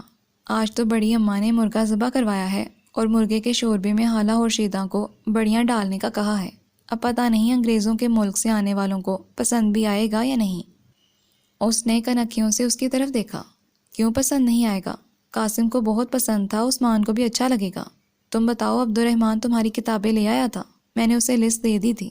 ہاشم ملک کو یاد آیا۔ بہت بھلکڑ ہے وہ بابا، پتہ نہیں آپ اسے اپنا ہونہار شاگرد کیوں کہتے ہیں۔ اس نے ناک چڑھائی۔ چلو کوئی بات نہیں، آج لے آئے گا۔ وہ مسکرائے۔ تم ایسا کرو، میرے اور عثمان کے لیے چائے لے آؤ۔ کیوں یار، چائے چلے گی نا؟ وہ اب اس کی طرف دیکھ رہے تھے۔ او ہاں، چائے تو ماسی خورشیدہ بنا رہی ہے، ڈیرے پر مہمان آئے ہیں۔ اس نے سر پر ہاتھ مارا۔ یہی تو بتانے آئی تھی، فضل چاچا آئے ہیں ڈیرے سے، چک 84 سے چودھری سرور اور ان کے بھائی آئے ہیں، اور بھول ہی گئی۔ ویسے ماہی، تم تو بھلکڑ نہیں ہو عبد الرحمن کی طرح۔ عثمان زیر لب مسکرایا۔ ہاں تو میں کہاں بھلکڑ ہوں اس کی طرح؟ وہ تو آج، اور وہ جھم کر بات ادھوری چھوڑ کر باہر چلی گئی تو ہاشم ملک بھی اٹھ کھڑے ہوئے اور تکیے کے پاس پڑی اپنی جناح کیپ سر پر رکھی۔ تم چلو گے عثمان؟ میں جا کر کیا کروں گا بابا، مجھے تو کوئی نہیں جانتا۔ اس نے بیڈ سائڈ ٹیبل پر پڑا اخبار اٹھا لیا۔ وہ تمہارے باپ کے افسوس کے لیے ہی تو آئے ہیں عثمان، فاتحہ کے بعد آ جانا۔ چودھری سرور تمہارے ڈیڈ کے دوست تھے، میٹرک تک دونوں نے ایک ہی اسکول میں پڑھا۔ جی۔ وہ اٹھ کھڑا ہوا اور اخبار واپس رکھ دیا۔ مہمان دوسرے چک سے آئے ہیں تو کھانا کھا کر ہی جائیں گے، فضل کے ہاتھ ڈیرے پر بھجوا دینا۔ ہاشم ملک نے باورچی خانے کے پاس رک کر خورشیدہ سے کہا اور اسے ساتھ لے کر ڈیرے پر آ گئے۔ وہ کچھ ہی دیر وہاں بیٹھا تھا، پھر گھر آ گیا۔ ماہی تخت پر بیٹھی ساگ کاٹ رہی تھی، شالی اپنے گھر چلی گئی تھی۔ اس نے سوچا وہ بابا کی اسٹڈی سے کوئی کتاب لے آئے، لیکن پھر ادھر جاتے جاتے یوں ہی غیر ارادی طور پر ماہی کے پاس تخت پر بیٹھ گیا اور ساگ اکٹھا کرنے لگا۔ ارے ارے، یہ کیا کر رہے ہیں عثمان بھائی؟ یہ کوئی آپ کے کرنے کا کام ہے؟ اس نے ساگ اس کے ہاتھ سے لیا۔ اگر میں تمہاری کچھ مدد کر دوں گا تو کیا ہوگا؟ اچھا ہے نا، کام جلدی ہو جائے گا۔ اس نے کچھ گندلیں اٹھائیں۔ یہ سخت ڈنڈی توڑ دیں۔ وہ مسکرائی۔ ٹھیک ہے، لیکن یہ تو بتاؤ، یہ اتنا زیادہ ساگ کا کیا کرو گی؟ کھانے والے تو ہم 4 اور ماسی خورشیدہ، با فضل، یہ ہوئے 6 بندے۔ اس نے صاف صاف اور نرم ڈنڈیوں والی گندلیں اکٹھی کر کے مٹھی میں پکڑی۔ ماہی نے یوں نگاہیں اٹھا کر اسے دیکھا جیسے کہہ رہی ہو اتنی سی بات بھی نہیں معلوم، پھر مدھم سا مسکرائی۔ دراصل ہمارے ہاں جس کسی کے گھر میں ساگ، کڑی یا ایسی کوئی چیز پکے تو آس پاس سارے گھروں میں بھیجی جاتی ہے۔ اچھا، ہمارے لندن میں تو ایسا نہیں ہوتا۔ اس نے ہاتھ میں پکڑی گندلیں اسے پکڑائیں۔ ہاں تو وہ بھی کوئی شہر ہے، ٹھنڈا، سرد مہر اور بے حس۔ اس نے ناک چڑھائی۔ کیا شہر بھی سرد مہر اور بے حس ہوتے ہیں ماہی؟ وہ حیران ہوا۔ ہاں تو یہ تو قاسم چاچو کہتے تھے بابا سے کہ لندن بڑا ظالم اور سرد مہر شہر ہے۔ ڈیڈ تو 8 سال پہلے آئے تھے اور تب وہ تو 10 سال کی تھی، اور اسے ڈیڈ کی کہی بات یاد تھی۔ شہر یا جگہیں ظالم یا سرد مہر نہیں ہوتی ماہی، لوگوں کے رویے سرد مہر ہوتے ہیں، لوگ ظالم ہوتے ہیں۔ اس نے لندن کا دفاع کیا۔ بہرحال وہ لندن میں ہی پیدا ہوا اور پلا بڑا تھا، تو شہر لوگوں سے ہی تو جانے جاتے ہیں عثمان بھائی۔ جیسے کوفہ مطلب کوفی ظلم کا استعارہ ہے۔ اب ظلم تو اہل کوفہ نے کیا، کوفہ شہر نے تو نہیں نا۔ پتہ نہیں وہ کیا کہہ رہی تھی، وہ سمجھ نہ پایا۔ شاید بڑی اماں اور بابا نے اپنا سارا علم کھول کر اسے پلا دیا تھا۔ چلو مان لیا لندن سرد مہر ہے، لیکن پھر بھی لوگ وہاں رہتے ہیں نا۔ اسے ماہی سے گفتگو کرنے میں مزہ آ رہا تھا، تو اس نے بھویں اچکائیں۔ اور اگر تمہیں کبھی ایسے ہی کسی سرد مہر شہر میں رہنا پڑا تو رہ لو گی؟ بے ارادہ ہی اس کے لبوں سے نکلا اور دل کے اندر کہیں کوئی کلی سی چٹکی تھی اور کسی خیال کی کومپل پھوٹی تھی۔ میں بھلا کیوں ایسے کسی شہر میں رہوں گی؟ میری تو کوئی ایسی مجبوری نہیں ہے۔ وہ ذرا سا حیران ہوئی۔ فرض کرو اگر ایسی کوئی مجبوری ہو جائے، تمہارا کوئی اپنا جو تمہیں پیارا ہو یا تم جسے پیاری ہو، تو کیا اسے اپنے کی خاطر وہاں رہنا پڑے تو رہ لو گی؟ وہ خود نہیں جانتا تھا کہ وہ ایسی باتیں کیوں کر رہا تھا۔ پہلی بات تو یہ کہ اگر میں اسے پیاری ہوں گی تو وہ میری خاطر اس شہر کو چھوڑ دے گا، نہ کہ مجھے مجبور کرے گا۔ ایک مبہم سی مسکان اس کے لبوں پر آ کر ٹھہر گئی تھی۔ سیاہ پانیوں والی جھیلوں میں جیسے لمحہ بھر کے لیے قندیلیں سی جل اٹھی تھیں۔ اور دوسری بات یہ ہے کہ جب میرا اپنا وہاں ہوگا تو میرے لیے وہ شہر بھلا سرد مہر کہاں رہے گا؟ اور اس روز عثمان کو پتہ چلا تھا کہ سادہ اور معصوم سی ماہی بولنے کا ہنر خوب جانتی ہے، بات سے بات نکالنے میں اسے کوئی کمال حاصل تھا۔ یہی نہیں، اس کی گفتگو میں ایک خوبصورتی تھی، حسن تھا، اور کیوں نہ ہوتا۔ آخر بڑی اماں جیسی رائٹر کے زیر سایہ پل رہی تھی۔ بابا اگرچہ کہانی نگار نہ تھے، لیکن لکھنے پڑھنے کے ادب آداب سے واقف تھے اور بات کرنے کا ہنر جانتے تھے۔ سا کٹ کیا ماسی خورشیدہ اٹھا کر لے بھی گئی، لیکن وہ وہاں ہی تخت پر بیٹھے باتیں کرتے رہے، یہاں تک کہ دھوپ صحن کی دیواروں سے اتر کر برآمدے میں آ بیٹھی تو وہ اٹھ کھڑا ہوا۔ وہ سرد ملک کا باسی زیادہ دیر دھوپ میں نہیں بیٹھ سکتا تھا، یوں بھی آج سردی نہیں تھی۔ ہاشم ملک ابھی تک واپس نہیں آئے تھے، انہوں نے مہمانوں کے ساتھ ہی کھانا کھانا تھا۔ ماہی کچن میں چلی گئی، جہاں بڑی اماں بھی خورشیدہ کی مدد کروا رہی تھی۔ وہ بابا کی اسٹڈی سے کچھ کتابیں لے کر اپنے کمرے میں آ گیا، لیکن پڑھنے کی طرف دل مائل ہی نہیں ہوا۔ خیال ہاشم ملک کی ادھوری بات کی طرف چلا گیا تھا۔ پتہ نہیں بابا کیا بتانے والے تھے اور ڈیڈ نے کیا خواہش ظاہر کی تھی۔ غیر ارادی طور پر وہ کچھ دیر اس کے متعلق ہی سوچتا رہا، لیکن کچھ اندازہ نہ لگا سکا۔ تبھی ماہی اسے کھانے کے لیے بلانے آ گئی۔ فضل مہمانوں کے لیے کھانا ڈیرے پر لے گیا تھا۔ کھانا کھا کر وہ ایک بار پھر چھت پر چلا گیا۔ اتفاق سے اس وقت سگنل آ رہے تھے۔ موم نے فوراً ہی فون ریسیو کر لیا۔ وہ اس وقت ناشتہ کر رہی تھیں۔ یہ کیا عثمان، تم وہاں ہی چپک کر رہ گئے ہو، واپس کب آ رہے ہو؟ اس کی آواز سنتے ہی انہوں نے کہا تو اس نے اپنا پروگرام بتایا۔ شاید 2 یا 3 ہفتے مزید رک جاؤں۔ کیا؟ وہ اتنی زور سے چیخی تھیں کہ غیر ارادی طور پر اس نے فون کان سے دور کیا۔ تمہارا دماغ ٹھیک ہے عثمان؟ تمہیں جاب سے اتنی چھٹی نہیں مل سکتی۔ وہ جاب عارضی تھی مام، میں نے چھوڑ دی تھی۔ واپس آ کر اپنی ایجوکیشن اور شعبے کے مطابق جاب تلاش کروں گا۔ 2-3 جگہ اپلائی کیا ہوا ہے، اس نے بتایا تو لمحہ بھر کے توقف کے بعد قدرے کم بلند آواز میں وہ سمجھانے کے سے انداز میں بولی، دیکھو عثمان، میں اس اتنے بڑے 4 بیڈ روم کے گھر کو اکیلے مینج نہیں کر سکتی۔ میں نے سوچا ہے کہ اس بڑے گھر کو سیل کر کے 2 بیڈ روم کا ایک چھوٹا سا گھر یا اپارٹمنٹ لے لیتے ہیں۔ لیکن ڈیڈ نے بہت شوق سے یہ گھر خریدا تھا، اسے موم کی بات پسند نہیں آئی تھی۔ بڑے گھروں کے اخراجات بھی بہت ہوتے ہیں، تمہارے باپ کو شوق تھا بڑے گھروں میں رہنے کا۔ میں نے پراپرٹی ڈیلر سے کہہ دیا ہے تم آ جاؤ، تو اب وہاں کیا باپ کی قبر کی پوجا کر رہے ہو یا مجاور بن کر بیٹھ گئے ہو؟ وہ مسلسل بول رہی تھیں۔ وہ فون بند کر کے نیچے آ گیا۔ موم پتہ نہیں ایسی کیوں ہیں، بڑی اماں بھی تو ہے نا، بابا کی کتنی عزت کرتی ہیں، کتنی محبت کرتی ہیں ان سے، اور کتنا خیال رکھتی ہیں ان کا۔ وہ غیر ارادی طور پر موم کا اور بڑی اماں کا موازنہ کرنے لگا۔ بڑی اماں اور بابا کی پسند کی شادی تھی۔ ڈیڈ نے اسے بتایا تھا کہ وہ بابا کے یونیورسٹی فیلو تھیں، جنہوں نے شادی کے بعد پہلی بار گاؤں دیکھا تھا، لیکن وہ گاؤں میں ایسی رس بس گئی تھیں جیسے گاؤں میں ہی ہمیشہ سے رہتی آئی ہوں۔ یہ ہوتی ہے محبت، خود کو محبوب کے رنگ میں رنگ لینا۔ اس کے لبوں پر مدھم سی مسکراہٹ نمودار ہوئی۔ اس نے صحن میں رک کر برآمدے کی طرف نظر دوڑائی۔ برآمدہ خالی تھا اور کچن میں بھی خاموشی تھی۔ شاید بڑی اماں اور ماہی اپنے کمروں میں چلی گئی ہوں گی۔ وہ بھی اپنے کمرے میں آ گیا اور ایک بار پھر بابا کی اسٹڈی سے لائی ہوئی کتابوں میں سے ایک کتاب اٹھا لی۔ یہ کافی پرانا ناول تھا، دی جینٹل مین آف فرانس، لیکن کافی دلچسپ تھا۔ وہ اس میں کھو گیا۔ شام کی چائے بھی ماسی خورشیدہ اسے کمرے میں ہی دے گئی تھی۔ پھر وہ رات کے کھانے کے لیے کمرے سے نکلا تھا۔ رات کا کھانا عام طور پر ہاشم ملک کے کمرے میں ہی کھایا جاتا تھا۔ خورشیدہ مغرب کے بعد چلی جاتی تھی، اس لیے رات کا کھانا ماہی ہی لگاتی تھی۔ جب سے وہ آیا تھا اس کا معمول تھا کہ رات کے کھانے کے بعد وہ اس وقت تک ان کے کمرے میں بیٹھا ان سے باتیں کرتا رہتا جب تک بڑی اماں کچن سمیٹ کر اور عشاء کی نماز پڑھ کر کمرے میں نہ آ جاتی۔ ماہی بھی ان کے ساتھ ہی کچن سمیٹنے میں ان کی مدد کرتی تھی۔ کبھی کبھار وہ جلدی فارغ ہو جاتی تو وہ بھی کچھ دیر کے لیے ان کے پاس آ کر بیٹھ جاتی تھی۔ بابا زیادہ تر ڈیڈ کے بچپن کی باتیں کرتے تھے۔ اس رات بڑی اماں اور ماہی کے جاتے ہی اس نے ہاشم ملک سے پوچھا، بابا آپ دن میں کچھ بتا رہے تھے ڈیڈ کے متعلق، کیا خواہش تھی ان کی؟ ہاں، قاسم نے اپنی وفات سے چند دن پہلے مجھ سے ایک خواہش ظاہر کی تھی۔ وہ چاہتا تھا کہ اگر ممکن ہو تو تمہاری اور ماہی کی شادی ہو جائے، بشرطے یہ کہ تمہیں اس پر کوئی اعتراض نہ ہو۔ اس نے مجھ سے کہا تھا وہ تم سے بات کرے گا۔ پتہ نہیں اسے تم سے بات کرنے کا موقع ملا یا نہیں، لیکن اس نے مجھے اس سلسلے میں ایک خط بھی لکھا تھا جو اس کی وفات سے 2 دن پہلے مجھے ملا تھا۔ وہ بیڈ گراؤنڈ سے ٹیک لگا رہے تھے، سیدھے ہو کر بیٹھ گئے اور بیڈ سائڈ ٹیبل سے ہاتھ نکال کر اس کی طرف بڑھایا۔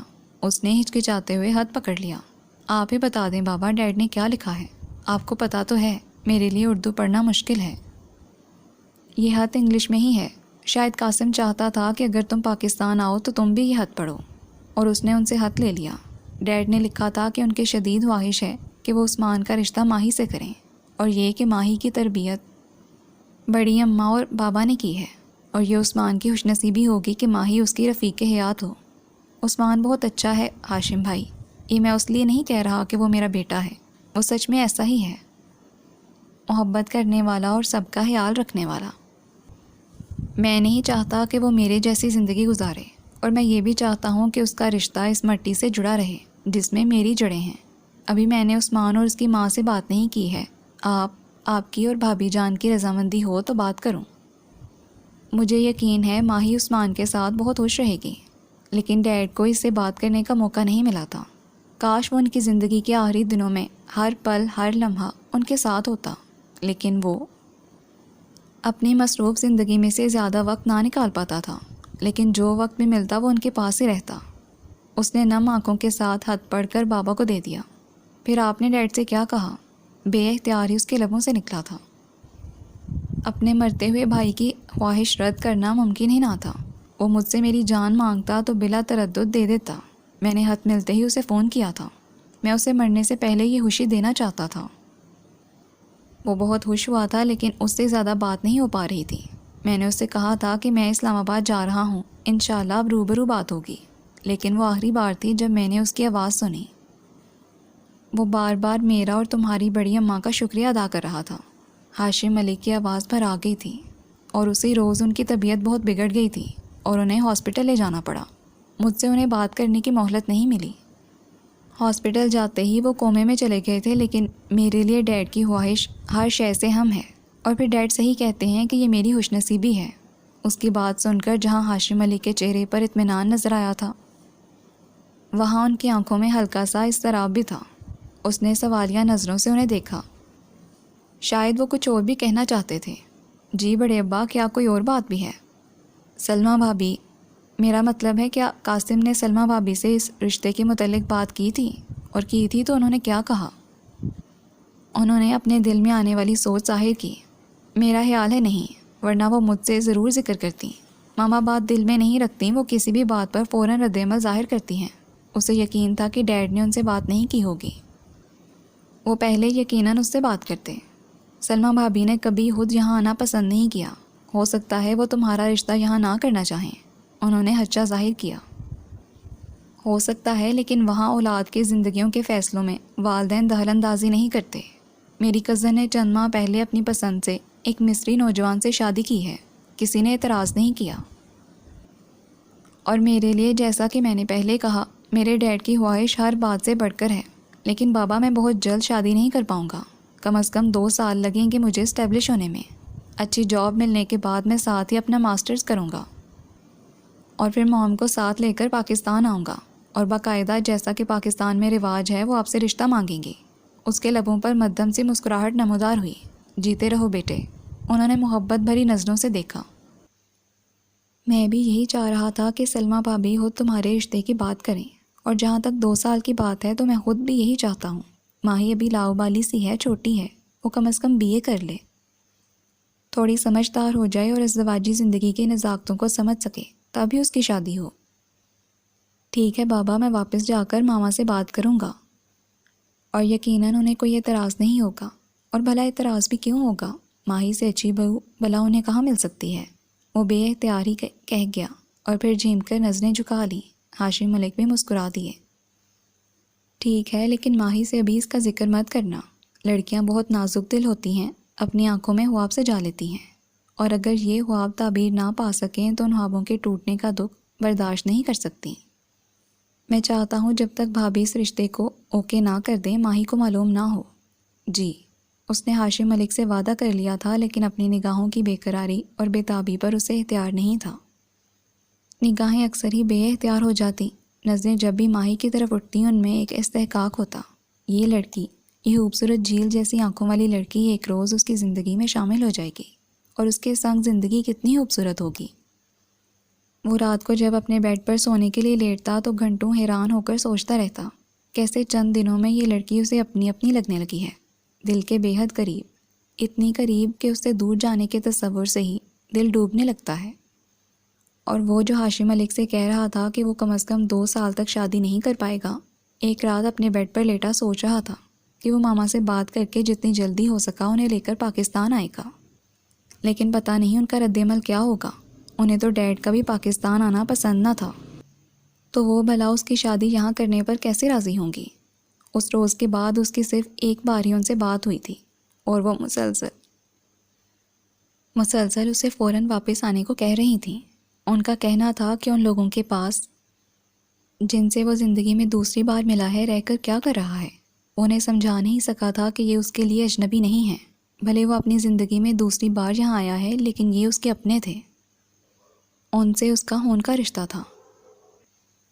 وہ ماما کا تو قائل نہیں کر سکتا تھا، لیکن اپنے فیصلے پر قائم رہا اور مزید 3 ہفتے رہا۔ یہ 3 ہفتے اس کی زندگی کے چند خوبصورت دنوں میں سے تھے۔ پہلے 2 ہفتے تو وہ ڈیڈ کے غم سے نکل ہی نہیں پایا تھا۔ گھر میں بھی سوگوار سی فضا تھی۔ وہ ڈیڈ کا غم اب بھی ایسا ہی تھا، لیکن ان 3 ہفتوں میں وہ نئے جذبوں سے آشنا ہوا تھا۔ اس نے محبت کو اپنے دل میں اترتے اور خون میں سرایت کرتے محسوس کیا تھا۔ محبت کسی الہام کی طرح اس کے دل میں اتری تھی۔ وہ نہیں جانتا تھا کہ ڈیڈی کی یہ خواہش خود اس کی زندگی کی سب سے بڑی خواہش اور آرزو بن جائے گی۔ دل جذبوں کے اظہار کے لیے بےتاب تھا، لیکن اسے بابا سے کیے اپنے وعدے کا احساس تھا۔ لیکن نظریں جذبے لٹاتی تھیں، اور نظروں کی بے اختیاری ماہی کے رخساروں کو گلگوں کر دیتی تھی۔ گھنی لمبی پلکوں کے سائے رخساروں پر لرزتے اور سیاہ جھیلوں کے پانیوں میں کمکمے جل اٹھتے تھے، جیسے وہ اس کی انکہی سمجھتی تھی۔ تبھی تو جوں اس کے جانے کے دن قریب آ رہے تھے، وہ اداس نظر آنے لگی تھی، اور بیٹھے بیٹھے آنکھوں کے کونوں میں موجود کسی نامعلوم آنسوں کو انگلی کی پوروں سے پونچھتی تھی۔ اس رات جس صبح اسے جانا تھا، وہ دیر تک ہاشم علی کے کمرے میں بیٹھے رہے تھے۔ سب کی آنکھیں باتیں کرتے کرتے بار بار بھیگ رہی تھیں، اور سبھی ایک دوسرے سے اپنی آنکھوں کی نمی چھپا رہے تھے۔ رات بہت ہو گئی ہے، صبح جلدی اٹھنا ہے، اب جا کر آرام کرو عثمان۔ بڑی اماں نے ہاتھوں کی پشت سے اپنی بھیگی پلکیں صاف کیں۔ وہ اٹھ کھڑا ہوا اور ان کی اداس اور بھیگی پلکوں سے نگاہیں چراتا اور انہیں شب بہر کہتا ہوا باہر نکل آیا۔ اس کی فلائٹ 2 بجے تھی، لیکن انہیں صبح سویرے ہی نکلنا تھا۔ پہلے انہیں صالحہ آپی کے گھر جانا تھا، اور وہاں گھنٹہ بھر ٹھہر کر حامد بھائی کے ساتھ ایئرپورٹ کے لیے نکلنا تھا۔ عبد الرحمن کو اپنے کسی کام سے جہلم جانا تھا، اس لیے وہ انہیں صالحہ کی طرف چھوڑ کر چلا گیا۔ اپنے کمرے کی طرف جاتے جاتے وہ برآمدے میں رک گیا۔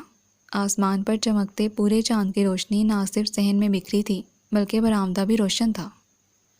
اس کا جی چاہا وہ صحن میں جائے اور سر اٹھا کر اوپر چمکتے چاند کو اور اس کے ارد گرد بکھرے ستاروں کو دیکھے۔ ڈیڈ کی بیماری کے دنوں میں جب اس کا زیادہ وقت ان کے ساتھ گزرتا تھا، اپنے بچپن کی باتیں اسے بتایا کرتے تھے۔ ایک بار انہوں نے بتایا تھا کہ گرمیوں کی راتوں میں جب وہ صحن میں یا چھت پر سویا کرتے تھے، تو اپنی چارپائی پر لیٹے اوپر آسمان پر چمکتے چاند اور ستاروں کو دیکھتے رہتے تھے۔ جن دنوں ستارے زیادہ روشن دکھائی دیتے تھے، تو وہ اپنی چارپائی پر لیٹے لیٹے سب سے روشن ستارے کو تلاش کر کے بلند آواز میں اعلان کرتے تھے کہ وہ جو حیدر ڈالا کی چھت کے عین اوپر ستارہ ہے وہ میرا ہے۔ چارپائی پر لیٹ کر 7 ستاروں کے جھرمٹ کو تلاش کرنا ان کا ایک مشغلہ تھا۔ ہاشم بھائی نے ہی پہلی بار انہیں یہ 7 ستارے دکھائے تھے اور بتایا تھا کہ یہ دب اکبر ہے، اور انہیں سریا بھی کہتے ہیں۔ اسے بے اختیار ڈیڈ شدت سے یاد آئے۔ وہ انہیں یہاں کی مٹی کے حوالے کر کے واپس جا رہا تھا۔ وہاں اب ڈیڈ نہیں ہوں گے، ان کے کمرے میں ان کا بیڈ خالی ہوگا۔ اب وہ انہیں کبھی نہیں دیکھ سکے گا، کبھی ان کی آواز نہیں سن سکے گا۔ اس کا دل بھر آیا اور آنکھیں نمکین پانیوں سے بھر گئیں، تو وہ وہاں ہی پڑے تخت پر بیٹھ گیا۔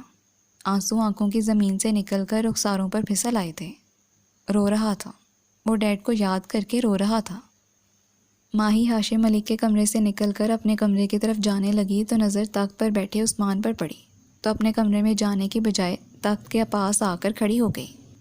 عثمان بھائی، اس نے چونک کر سر اٹھایا اور ہاتھوں کی پشت سے چہرہ پونچھا۔ چچا جان یاد آ رہے ہیں؟ اس نے اس بات میں سر ہلایا۔ اپنے پیاروں کو بھولنا آسان نہیں ہوتا۔ جانے والے اپنی یادیں چھوڑ کر چلے جاتے ہیں، اور پیچھے رہ جانے والے ان کے پیارے عمر کی آخری سانس تک انہیں نہیں بھلا پاتے۔ میں بہت چھوٹی تھی جب میری اماں دنیا سے چلی گئیں۔ وہ مجھے بہت زیادہ یاد بھی نہیں ہیں، نہ ان کی باتیں، لیکن پھر بھی کبھی جب مجھے ان کا خیال آتا ہے تو میں راتوں کو اٹھ کر بیٹھ جاتی ہوں، رونے لگتی ہوں۔ وہ ہولے ہولے بول رہی تھی اور وہ حیران سا سن رہا تھا۔ اس کی زبان سے نکلے لفظ جیسے دل پر مرہم رکھ رہے تھے۔ نیک اولاد صدقہ جاریہ ہوتی ہے، آپ بھی اپنے ڈیڈ کے لیے صدقہ جاریہ بننا۔ تم بھی میرے ڈیڈ کے لیے دعا کرتی رہنا ماہی، ان کی مغفرت کریے، ان کے بلند درجات کے لیے۔ اس نے نظریں اٹھائیں اور مبہوت سا ہو گیا۔ وہ چاندنی میں نہائی کھڑی تھی۔ کتنے ہی لمحے وہ یوں ہی سر اٹھائے اسے دیکھتا رہا۔ اس نے اپنی آج تک کی زندگی میں ماہی جیسی کوئی لڑکی نہیں دیکھی تھی۔ اس کے اسکول، کالج اور یونیورسٹی میں اس کے ساتھ پڑھنے والی کئی لڑکیاں بے حد خوبصورت تھیں، لیکن ماہی جیسی تو کوئی نہیں تھی۔ وہ بے اختیار جذباتی ہوا۔ ماہی، وہ کہنا چاہتا تھا، ماہی میں تم سے بہت محبت کرنے لگا ہوں، تو میرا انتظار کرنا، میں جلد آؤں گا تمہیں ہمیشہ کے لیے اپنا بنانے۔ لیکن اس نے خود کو روک کر بات بدل دی۔ یہ تمہارا نک نیم ہے نا؟ کتنی عجیب بات ہے، میں نے کبھی تمہارا اصلی نام پوچھا ہی نہیں۔ میرا نام ماہ درخشاں ہے۔ وہ مدھم سا مسکرائی۔ اور یہ نام بڑی اماں نے رکھا تھا، اور اس کا مطلب ہے چمکتا ہوا چاند، اور بڑی اماں نے تمہارا نام بالکل صحیح رکھا تھا، ماہ درخشاں۔ وہ اٹھ کھڑا ہوا۔ تم چمکتا ہوا چاند ہی تو ہو۔ اس کی نظروں نے اس کے چہرے کو اپنے حصار میں لیا۔ وہ اس کی نظروں کی تپش سے گھبرا گئی۔ پلکیں جھک گئیں اور گھنی پلکوں کے سائے رخساروں پر لرزنے لگے۔ اس کا جی چاہا وہ کہے، ماہی پلکیں مت جھکاؤ، مجھے ان سیاہ جھیلوں میں اپنا عکس دیکھنے دو۔ اور وہ گھبرائی گھبرائی سی کہہ رہی تھی، آپ کو صبح جلدی جاگنا ہے، عبد الرحمن 7 بجے تک گاڑی لے کر آ جائے گا، آپ جا کر سو جائیں، اور میں تو کبھی اتنی دیر تک نہیں جاگی، بس آج۔ اس نے ذرا کی ذرا نظریں اٹھائیں اور پھر فوراً جھکا لیں۔ مجھے یاد کرو گی ماہی؟ اس نے اس بات میں سر ہلایا۔ وہ برآمدے کی دیوار سے ٹیک لگائے اس کی گھبراہٹ اور جھجک کو، اس کی اٹھتی گرتی پلکوں کو بہت اشتیاق سے دیکھ رہا تھا، اور آنکھوں کے سامنے رابرٹ بروک کی نظم کا پہلا بند آ رہا تھا، تیری آنکھیں سیاہ جھیلیں ہیں جہاں چاند ہمیشہ چمکتا رہتا ہے، اس کی سفید شعلہ ریز کرنیں لہروں کو چھیڑتی ہیں، تو موسیقی کے دل کے شواز پیدا ہوتی ہے، گویا خوبصورت انگلیاں رباب کے تاروں کو چھیڑ رہی ہوں۔ ہاں، تیری آنکھیں سیاہ جھیلیں ہیں جس میں چاند اس وقت چمک رہا ہے، معلوم ہوتا ہے زمین پر ایک روشن ستارہ گر پڑا ہے۔ ہاں، تیری آنکھیں سیاہ جھیلیں ہیں، بیش بہا خزانوں اور سونے جواہرات کی مالک تیری آنکھیں سیاہ جھیلیں ہیں۔ تو اتنے دن تم وہاں اسی لیے ٹھہرے رہے؟ اس بڈھے نے تمہیں پھانس لیا، اپنی اس لے پالک بیٹی کو چارہ بنا کر تمہارے سامنے پھینکا، اور تم احمق لڑکے، تم نے اس چارے کو نگل لیا۔ سلمیٰ بیگم اس کی پوری بات سنے بغیر ہی چلا اٹھی تھی۔ وہ لمحہ بھر کے لیے بالکل ساکت سا ہو کر انہیں دیکھتا رہا، جیسے اسے ان سے اس طرح کی کسی بات کی توقع نہ ہو۔ تم ہمیشہ سے ایسے ہی ہو، بے وقوف، جس نے جو کہا تم۔ مام پلیز۔ اس نے ذرا سا ہاتھ بلند کر کے انہیں مزید کچھ کہنے سے روکا، اور اپنے ڈیڈ کی طرح نہایت تحمل سے انہیں سمجھانے کی کوشش کی۔ ایسا کچھ نہیں ہے مام، میں جب یہاں سے ڈیڈ کو لے کر گیا تھا تو یہ سوچ کر گیا تھا کہ میں کچھ دن تایا جان کے پاس ٹھہروں گا۔ انہوں نے اپنا بھائی کھویا تھا، وہ بھائی جس سے بچھڑے انہیں 8 برس ہو گئے تھے۔ چلو مان لیا تم یہاں سے پروگرام بنا کر گئے تھے، لیکن تمہارے اس ہوشیار تایا اور تائی نے اس سے فائدہ اٹھایا اور اس لڑکی کو تمہارے پیچھے لگا دیا کہ اپنی ادائیں دکھا کر لڑکے کو پھانس لو۔ مام، اس نے بمشکل اپنی ناگواری کو چھپایا، وہ ایسے لوگ نہیں ہیں، اور نہ ہی ماہی ایسی لڑکی ہے، وہ تو بے حد سادہ اور معصوم سی ہے۔ یہی تو ادائیں ہوتی ہیں مائی ڈیئر سن، سادہ اور معصوم بن کر پھانسنا۔ وہ تمسخر سے ہنسی تھیں۔ مام، میں نے آپ کو ڈیڈ کی خواہش بتائی ہے۔ تمہارے ڈیڈ کی خواہش؟ وہ ہاتھ پر ہاتھ مار کر ہنسی۔ ایک خواہش تو تم نے لاکھوں خرچ کر کے پوری کر دی، اب مزید خواہش بھی ایک بار ہی بتا دو تاکہ مجھے بار بار شوق نہ لگے۔ اور لمحہ بھر کے لیے اس کے دل میں خیال پیدا ہوا تھا کہ کاش یہ عورت میری ماں نہ ہوتی۔ دوسرے ہی لمحے اس نے سر جھٹک کر سلمیٰ بیگم کی طرف دیکھا، جو ہونٹوں پر تمسخر بڑی مسکراہٹ لیے اسے دیکھ رہی تھی۔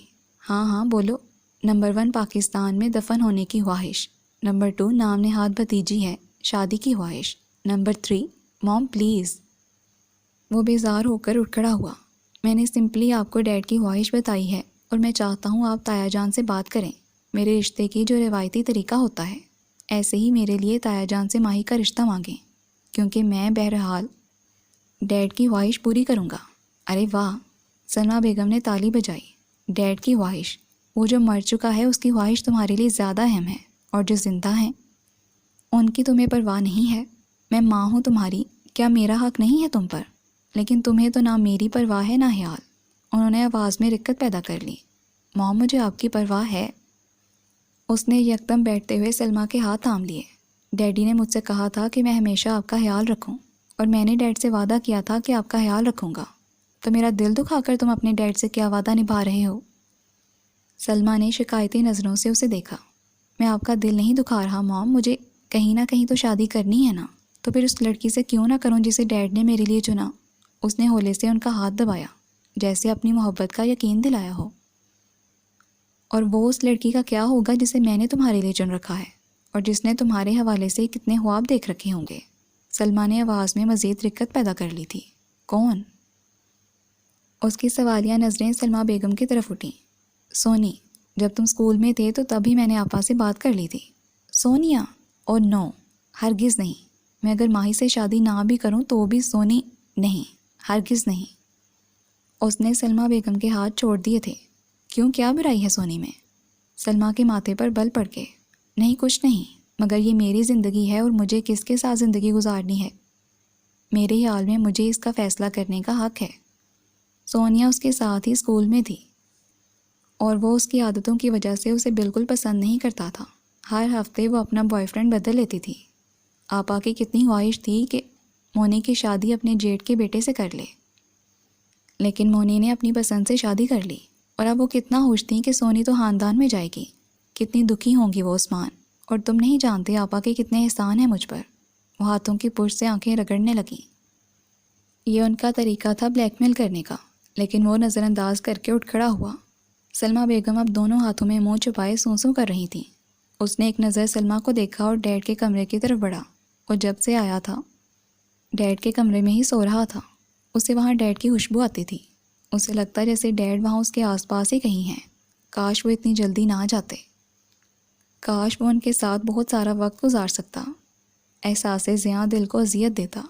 ڈیڈ نہیں تھے اور وقت پلٹ نہیں سکتا تھا، بس اب تو صرف یادیں تھیں، پچھتاوے تھے۔ اور سنو عثمان، تمہیں ہر صورت سونی سے ہی شادی کرنی ہے۔ عثمان نے دروازے کی نوب پر ہاتھ رکھے مڑ کر دیکھا۔ سلمیٰ اب چہرے سے ہاتھ ہٹائے اس کی طرف دیکھ رہی تھیں۔ ان کی نظروں میں مان تھا، یقین تھا، جیسے وہ جانتی ہوں کہ عثمان ان کی بات کو رد نہیں کر سکے گا، کیونکہ عثمان نے کبھی ان کی کوئی بات رد نہیں کی تھی، سوائے قاسم ملک کی ڈیڈ باڈی کو پاکستان نہ لے جانے کی بات۔ وہ بچپن سے ہی بہت فرما بردار قسم کا بچہ تھا، اور وہ اپنے دوستوں سے بڑے فخر سے کہا کرتی تھی، میرا بیٹا اس ملک میں رہ کر 18 سال کی عمر میں بھی میری ہر بات مانتا ہے۔ سوری موم، اس نے سلمیٰ سے نظریں چرائیں۔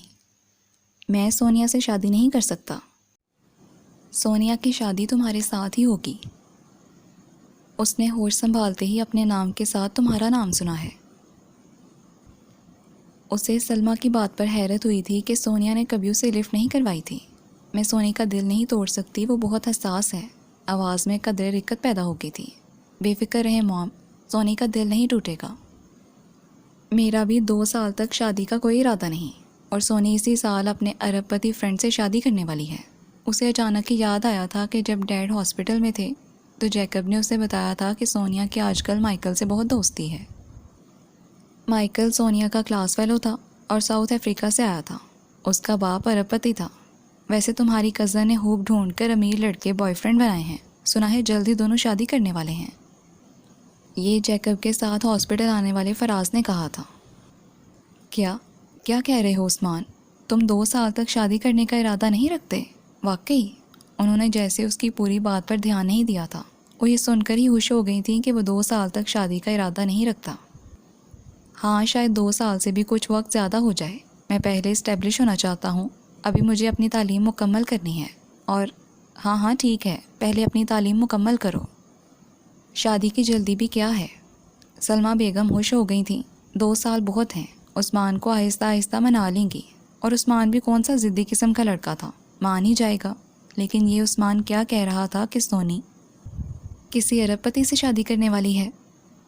انہیں اچانک خیال آیا تھا، بھلا کون ہوگا، کوئی فرینڈ؟ آپا اور سونی کو پتہ تو ہے کہ میری کتنی خواہش ہے کہ عثمان اور سونی، پھر بھی یہ عثمان بھی نرا بدھو ہے۔ اب یہاں اس ملک میں یہ فرینڈ شپ وغیرہ تو چلتی رہتی ہے، مدھم سی مسکراہٹ ان کے لبوں پر نمودار ہوئی اور وہ مطمئن سا ہو کر اپنے سیل فون کی طرف متوجہ ہو گئیں تو عثمان نے ایک نظر انہیں دیکھا اور کمرے میں چلا گیا۔ سامنے ڈیڈ کا بیڈ خالی تھا۔ ڈیڈ نہیں تھے اور اب ڈیڈ نے کبھی نہیں ہونا تھا۔ اس کی آنکھوں میں نمی پھیلتی چلی گئی۔ وہ جب سے آیا تھا اس کے ساتھ ایسا ہی ہو رہا تھا۔ ڈیڈ کے کمرے میں آتے ہی دل موم ہو کر پگھلنے لگتا تھا۔ فرسٹ فلور پر ماما اور ڈیڈ کا مشترکہ ماسٹر بیڈ روم تھا، جبکہ گراؤنڈ فلور پر 3 بیڈ روم تھے، ایک اس کا، ایک ڈیڈ کا اور ایک گیسٹ روم تھا۔ فرسٹ فلور پر بھی ماسٹر بیڈ روم کے علاوہ بھی 2 بیڈ روم تھے، لیکن ڈیڈ جب سے بیمار ہوئے تھے مستقل اسی کمرے میں رہ رہے تھے۔ وہ ہولے ہولے چلتا ہوا ان کے بیڈ پر آ کر بیٹھ گیا۔ کمرے میں ڈیڈ کے پرفیوم کی مانوس سی خوشبو پھیلی ہوئی تھی۔ ابھی کچھ دیر پہلے ہی تو اس نے بیڈ سائڈ ٹیبل پر پڑے ان کے پرفیوم کی بوتل اٹھا کر ہلکا سا اسپرے کیا تھا۔ اس مانوس سی خوشبو کے ساتھ ہی ڈیڈ کی وہ مدھم ٹھہری ٹھہری آواز اس کی سماعتوں میں زندہ ہو گئی۔ وہ جیسے انہیں سن رہا تھا۔ وہ ہولے ہولے ان کے تکیے پر ہاتھ پھیرنے لگا۔ وہ اب بھی جیسے اس تکیے پر ان کا لمس محسوس کرتا تھا۔ اسے پاکستان سے آئے 1 ہفتہ ہو گیا تھا، لیکن ابھی تک وہ اپنی اس کیفیت سے باہر نہیں آ سکا تھا۔ حالانکہ پاکستان میں وہ کچھ سنبھل گیا تھا، لیکن یہاں قدم قدم پر ان کی یادیں بکھری ہوئی تھیں۔ وہ خود کو سنبھال ہی نہیں پا رہا تھا۔ اس 1 ہفتے میں 2-3 بار اس کی ہاشم ملک اور بڑی اماں سے بھی بات ہوئی تھی، ایک بار ماہی سے بھی۔ ماہی کی وہی معصومیت بھری باتیں، عبدالرحمن کی شکایتیں جو اس کی چیزیں شہر سے لانا بھول جاتا تھا، اور شالی کے رشتے کی باتیں۔ اتنے سارے رشتے آ رہے ہیں شالی کے، لیکن میں نے بتایا تھا نا آپ کو، شالی کے اماں ابا کا خیال اس کی شادی اس کے کزن سے کرنے کا ہے، لیکن وہ تو اتنی چھوٹی سی ہے، پھر بھی رشتے آ رہے ہیں۔ ہاں تو یہاں گاؤں میں تو ایسا ہی ہوتا ہے، اس کا محسوس لاپرواہ سا انداز۔ پھر تو تمہارے بھی آتے ہوں گے۔ اس نے یوں ہی اسے چھیڑا تھا۔ ہاں تو آتے رہتے ہیں، لیکن بابا اور بڑی اماں کہہ دیتی ہیں کہ ابھی ماہی پڑھ رہی ہے، چھوٹی ہے، ابھی خیال نہیں ہے ہمارا۔ وہ ہنسی تھی، وہی جھرنوں کی آواز جیسی ہنسی۔ وہ مسحور سا ہو گیا تھا۔ تبھی اس نے سوچ لیا تھا کہ وہ ماما سے بات کرے گا، کہ وہ تایا جان اور تائی جان سے ماہی کے لیے اس کے رشتے کی بات کریں، تاکہ وہ سب کو بتا سکیں کہ انہوں نے ماہی کی بات طے کر دی ہے۔ لیکن ماما تو اس کی بات سنتے ہی بھڑک اٹھی تھی۔ خیر یہ اس کی زندگی تھی اور فیصلہ بھی اسے خود ہی کرنا تھا۔ وہ بہرحال اس کے ساتھ زبردستی نہیں کر سکتی تھی۔ بہت ہوا تو وہ تھوڑا واویلا کریں گی، لیکن ہوگا وہی جو وہ چاہے گا۔ اس نے تکیے سے ہاتھ ہٹا کر کمرے میں چاروں طرف نظر دوڑائی۔ کچھ ہفتوں بعد یا شاید کچھ مہینوں بعد یہ گھر فروخت ہو جائے گا۔ اگر اس کے اختیار میں ہوتا تو وہ یہ گھر کبھی فروخت نہ کرتا۔ یہاں اس گھر میں قدم قدم پر ڈیڈ کی یادیں بکھری تھیں۔ جب ڈیڈ نے یہ گھر خریدا تھا تو وہ 12 سال کا تھا۔ سلمیٰ کو تب بھی اعتراض ہوا تھا، یہ اتنا بڑا گھر لے کر کیا کرنا ہے؟ چھوٹے اور تنگ تنگ کمروں والے گھر میں میرا دم گھٹتا ہے۔ تب ڈیڈ نے کہا تھا، لیکن وہ انہیں مشکوک نظروں سے دیکھ رہی تھیں۔ کہیں تمہارا ارادہ اپنے بھائی اور اس کی فیملی کو تو یہاں بلوانے کا نہیں؟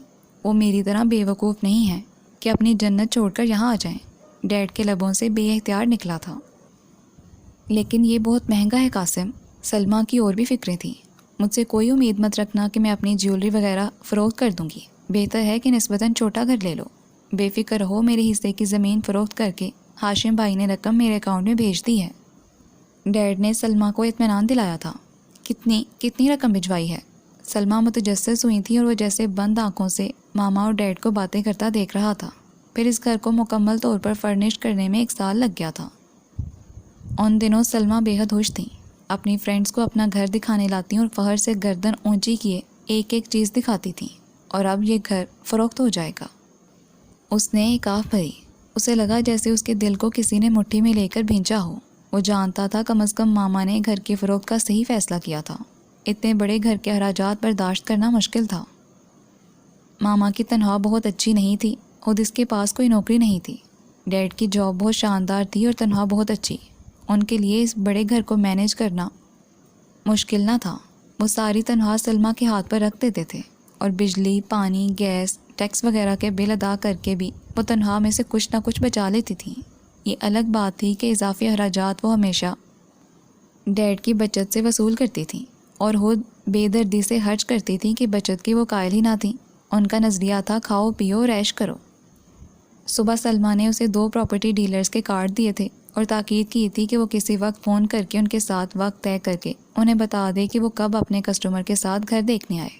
سلمہ اس کے آنے سے پہلے ہی نہ صرف یہ کہ گھر فروخت کرنے کے لیے آن لائن اشتہار دے چکی تھیں بلکہ 1-2 پراپرٹی ڈیلر سے بھی رابطہ کر چکی تھیں جنہوں نے اسے بتایا تھا کہ کچھ لوگ اس علاقے میں گھر لینے میں انٹرسٹڈ ہیں۔ اس نے صبح وہ وزٹنگ کارڈ بے دلی سے بیڈ سائڈ ٹیبل کی دراز میں ڈال دیے تھے۔ اس نے بے حد بھاری دل کے ساتھ ڈیلر کو فون کرنے کے ارادے سے دراز کھولی، لیکن وہ خالی تھا، کارڈ اس میں نہیں تھے۔ تو کیا میں نے انہیں کہیں اور رکھ دیا تھا؟ آج کل اس کی ذہنی کیفیت کچھ ایسی ہی تھی۔ اس نے دوسری دراز کھولی، اس میں ڈیڈ کی چیزیں تھیں، ان کا ایک رومال، لیٹر پیڈ، قلم، کچھ پاکستان سے آئے ہوئے ڈاک کے لفافے، اور اسے یکدم یاد آیا کہ اس نے وہ کارڈ دوسری سائڈ ٹیبل کی دراز میں رکھے تھے۔ تو لیٹر پیڈ دراز میں رکھتے ہوئے نیچے گرا۔ اس نے جھک کر لیٹر پیڈ اٹھایا تو اس میں سے ایک لفافہ نیچے گر پڑا۔ بے دھیانی سے اسے اٹھاتے ہوئے اس کی نظر اچانک ہی لفافے پر پڑی تھی جس پر ڈیڈ کی خوبصورت رائٹنگ میں لکھا تھا، جان سے عزیز عثمان کے لیے، میرے لیے۔ ڈیڈ نے یہ خط میرے لیے لکھا؟ اس کے دل کی کیفیت عجیب سی ہو گئی، جیسے وہاں اندر کہیں پانی کے چشمے پھوٹ پڑے ہوں۔ اس نے لرزتی انگلیوں سے لفافہ چاک کیا اور بھیگی آنکھوں کے ساتھ خط نکالا۔ عثمان میرے بیٹے، جب تم یہ خط پڑھ رہے ہوگے تو میں تمہارے پاس نہیں ہوں گا۔ میں جانتا ہوں کہ تمہاری مام میرے بعد جلد ہی اس گھر کو فروخت کر دیں گی، تو میرا کمرہ خالی کراتے ہوئے یہ خط ضرور تمہاری نظر سے گزرے گا۔ میرے پیارے بیٹے، شاید میں نے تمہیں بہت بار بتایا ہو کہ میں یہاں اپنے ساتھ بہت سارے خوابوں کی پوٹلی باندھ کر لایا تھا۔ بہت سارے خوابوں کی تعبیر ملی اور کچھ خواب بے تعبیر بھی رہ گئے۔ میں تمہیں بس یہ بتانا چاہتا ہوں کہ میں یہاں کبھی خوش نہ رہ سکا۔ میں اپنی مٹی، اپنی زمین، اپنے لوگوں کو نہ بھلا سکا اور واپس ان کے پاس جانے کو تڑپتا رہا۔ عثمان میرے بیٹے، تم اس کرب کا اندازہ نہیں کر سکتے جس سے میں ان بیتے سالوں میں گزرا۔ اس عالم کرب میں ایک خواہش بار بار دل میں پیدا ہوتی کہ تمہارا رشتہ اس زمین، اس مٹی سے جڑ جائے جسے میں چھوڑایا تھا۔ اور ابھی میں سوچ ہی رہا تھا کہ کیسے اور کس طرح کہ موت نے کینسر کے ہاتھ اپنا سندیسہ بھیج دیا اور سب مٹی میں مل گیا۔ میرا منصوبہ، میرا خیال، اب جس سفر پر جانا تھا وہ تو سفر آخرت تھا۔ اب کہاں؟ اس کی آنکھیں آنسوؤں سے بھر گئی تھیں۔ اس نے ہاتھوں کی پرش سے آنسو پونچھے اور پھر سے ہاتھ پڑھنے لگا۔ لیکن اس روز ہاشم بھائی سے بات کرتے ہوئے مجھے اچانک ہی ماہی کا خیال آیا۔ ماہی جو 8 سال پہلے 9-10 سال کی بچی تھی، اب 18 سال کی ہو چکی ہوگی۔ بھابھی جان اور ہاشم بھائی اکثر اس کی باتیں کرتے رہتے تھے۔ شاید یہ میری خود غرضی تھی کہ میں نے چاہا کہ میرے بعد بھی تمہارا رشتہ میری مٹی اور میرے اپنوں سے جڑا رہے، اور میں بے اختیار ہاشم بھائی سے تمہارے لیے ماہی کا ہاتھ مانگ بیٹھا۔ شاید ان کا دل اس پر راضی نہ بھی ہو، لیکن وہ اپنے چھوٹے ڈاڈلے مرتے ہوئے بھائی کی خواہش رد نہ کر سکے۔ انہوں نے ہمیشہ میرے لیے اپنی خواہشات کو قربان کیا، اور میری خود غرضی تو دیکھو عثمان، کہ میں اپنی ایک خواہش کے لیے ایک اور ہجر ان کا مقدر بنا رہا تھا۔ انہوں نے تو میری خواہش کا مان رکھ لیا تھا، لیکن پھر میں نے بھی سوچا کہ ان کو ایک خط بھی لکھ دوں۔ دراصل وہ خط تمہارے لیے تھا کہ تم جب مجھے وہاں لے کر جاؤ تو وہ خط پڑھ کر یقین کر سکو کہ ہاشم بھائی نے تم سے میری آخری خواہش کی جو بات کی ہے وہ حقیقت ہے۔ دراصل مجھے یہ وہم بھی ستانے لگا تھا کہ کہیں میں تمہارے اور ماہی کے ساتھ زیادتی تو نہیں کر رہا۔ جانتا تھا کہ تم میری خواہش کو رد نہیں کرو گے، بھلے تمہیں خود پر جبر ہی کیوں نہ کرنا پڑے۔ تو آج اس وقت بار بار یہ خیال آ رہا ہے کہ یہ سراسر میری خود غرضی ہے۔ تم یہاں پیدا ہوئے ہو، یہاں ہی پلے بڑھے۔ تمہیں بھلا کھیتوں سے، پیپل اور دھریک کے درختوں سے کیسے محبت ہو سکتی ہے؟ اور اس زمین سے جہاں صرف کچھ دنوں کے لیے تم گئے تھے؟ نہ جانے کس جذبے سے مغلوب ہو کر میں ہاشم بھائی کے سامنے دامن دراز کر بیٹھا، اور تم سے پوچھا بھی نہیں کیا خبر تم کسی کو پسند کرتے ہو، کوئی تمہارے دل کو بھا گئی ہو تو تم خود کو میری خواہش پورا کرنے کے لیے مجبور مت کرنا۔ تم آزاد ہو، جہاں تمہارا دل چاہے اور جسے ہم سفر بنانا چاہو بناؤ۔ رات کے اس پہر جب تم سو رہے ہو، میں تمہیں جگا کر یہ سب نہیں کہہ سکتا کہ سارا دن ڈاکٹروں کے پاس بھاگ بھاگ کر تم تھکے ہارے سوئے ہو، اور نہ ہی اس وقت ہاشم بھائی سے بات ہو سکتی ہے۔ پہلے سوچا ہاشم بھائی کو خط لکھ دوں یا ان سے کل فون پر بات کر کے اپنی خود غرضی پر معذرت کر لوں، لیکن پتہ نہیں کیوں مجھے لگ رہا ہے کہ میرا وقت پورا ہو گیا ہے اور شاید میں کل کا سورج نہ دیکھ سکوں۔ اگر مجھے کچھ مہلت مل گئی تو میں ہاشم بھائی سے بات کر لوں گا اور تم جان ہی نہ سکو گے کہ میں نے کوئی خواہش کی تھی، اور یہ حد پھاڑ دوں گا۔ لیکن اگر ایسا نہ ہو سکا تو ایک بار پھر میں کہہ رہا ہوں عثمان کہ تمہیں اجازت ہے کہ تم اپنی زندگی کا فیصلہ خود کرو، اور تم یہ نہ سمجھنا کہ اگر میں ہوتا تو تم سے ناراض ہوتا۔ نہیں، میں تم سے بہت خوش ہوں میرے بچے۔ زندگی نے انہیں مہلت ہی نہ دی تھی۔ رات کے آخری پہر ان کی طبیعت بگڑ گئی تھی۔ ایک بار پھر اس کی آنکھیں آنسوؤں سے بھر گئیں، ہاتھوں میں منہ چھپائے وہ کچھ دیر تک گھٹ گھٹ کر روتا رہا، اور پھر ہاتھ واپس لفافے میں ڈال کر اس نے دراز میں رکھ دیا۔ دل ہی دل میں ان سے مخاطب ہوا، آپ کو کیا پتا ڈیڈ، آپ کی خواہش آپ کے عثمان کے دل کی اولین خواہش بن چکی ہے۔ وہ ماہی جسے آپ نے 9-10 سال کی عمر میں دیکھا تھا، وہ ماہی اب ایک خوبصورت دوشیزہ میں ڈھل چکی ہے، اور اس کی آنکھیں سیاہ چیلیں ہیں، اور آپ کا عثمان ان سیاہ پانیوں والی جھیلوں میں ڈوب گیا ہے۔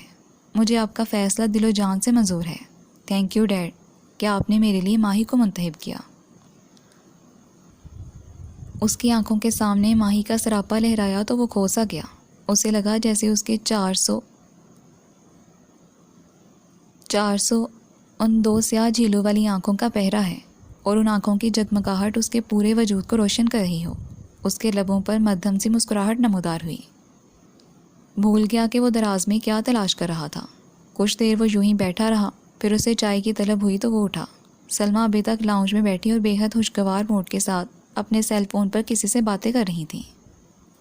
باتیں کرتے کرتے انہوں نے سر اٹھا کر اپنے کمرے کے دروازے پر کھڑے عثمان کی طرف دیکھا۔ مجھے آج اپنی فرینڈ کے ساتھ باہر ڈنر کرنا ہے، تم چاہو تو باہر سے کچھ آرڈر کر لینا۔ دراصل وہ ماریا نے ڈنر کا پروگرام بنایا ہے تاکہ میرا دل بہل جائے اور میں اس غم کی کیفیت سے باہر نکل سکوں۔ اسے خاموشی سے اپنی طرف تکتے دیکھ کر سلمیٰ بیگم نے وضاحت کی، تو کیا ماما غم کی کیفیت میں ہیں؟ دل ہی دل میں سوچتے ہوئے وہ اس بات میں سر ہلا کر واپس کمرے میں آ گیا۔ وہ پھر بھول گیا تھا کہ وہ باہر کیوں گیا تھا۔ جب سے وہ واپس آیا تھا سلمیٰ اگرچہ گھر سے باہر نہیں گئی تھی، لیکن اسے کبھی نہیں لگا تھا کہ وہ غم میں ہیں۔ وہ اس پورے ہفتے میں ماما کو فون پر مسلسل باتیں کرتے اور کہہ لگاتے دیکھتا رہا تھا۔ ہاں، جب ہاسپٹل میں ڈاکٹر نے ان کی موت کے متعلق بتایا تھا تب اس نے ان کی آنکھوں میں آنسو دیکھے تھے۔ اب واپس آ کر جو اس نے دیکھا ان میں غم یا دکھ کی کوئی کیفیت نظر نہیں آئی تھی۔ وہ واپس بیڈ پر آ کر بیٹھ گیا تھا۔ اسے یاد آیا کہ ابھی جب وہ ڈیڈ کو لے کر گیا تھا تو ایک روز بڑی اماں کچن میں کام کرنے والی لڑکی سے پوچھ رہی تھی کہ خورشیدہ کی عدت کب ختم ہو رہی ہے، اور پھر اسے وہاں کھڑا دیکھ کر بتایا کہ خورشیدہ عدت میں ہے، اس لیے اس کی بہو آ رہی ہے آج کل۔ تمہیں یاد ہے نا، خورشیدہ جب پہلے تم آئے تھے تو وہ ادھر ہی تھی کام کے لیے۔ اسے کچھ اتنا زیادہ یاد نہیں تھا، پھر بھی اس نے سر ہلا دیا تھا۔ بیچاری کا خاوند چند ماہ پہلے فوت ہو گیا ہے، 1-2 روز میں عدت ختم ہوگی تو آ جائے گی۔ تمہیں بہت یاد کرتی تھی اور قاسم کو بھی، چھوٹا سا تھا جب اس گھر میں آئی تھی۔ اور تب اس کے پوچھنے پر انہوں نے بتایا تھا کہ عدت کیا ہوتی ہے۔ اسلام کے متعلق اس کی معلومات نہ ہونے کے برابر تھی، اور اس نے سوچا تھا کہ وہ واپس جا کر اسلام کے حوالے سے اچھی کتب کا مطالعہ کرے گا تاکہ اپنے دین کے متعلق جان سکے۔ ماہی نے اسے قرآن کی تفسیر اور احادیث کی کتابیں پڑھنے کا بھی مشورہ دیا تھا۔ اسے اردو لکھنا پڑھنا بھی سیکھنا تھا کہ ماہی کو اردو سے بہت محبت تھی۔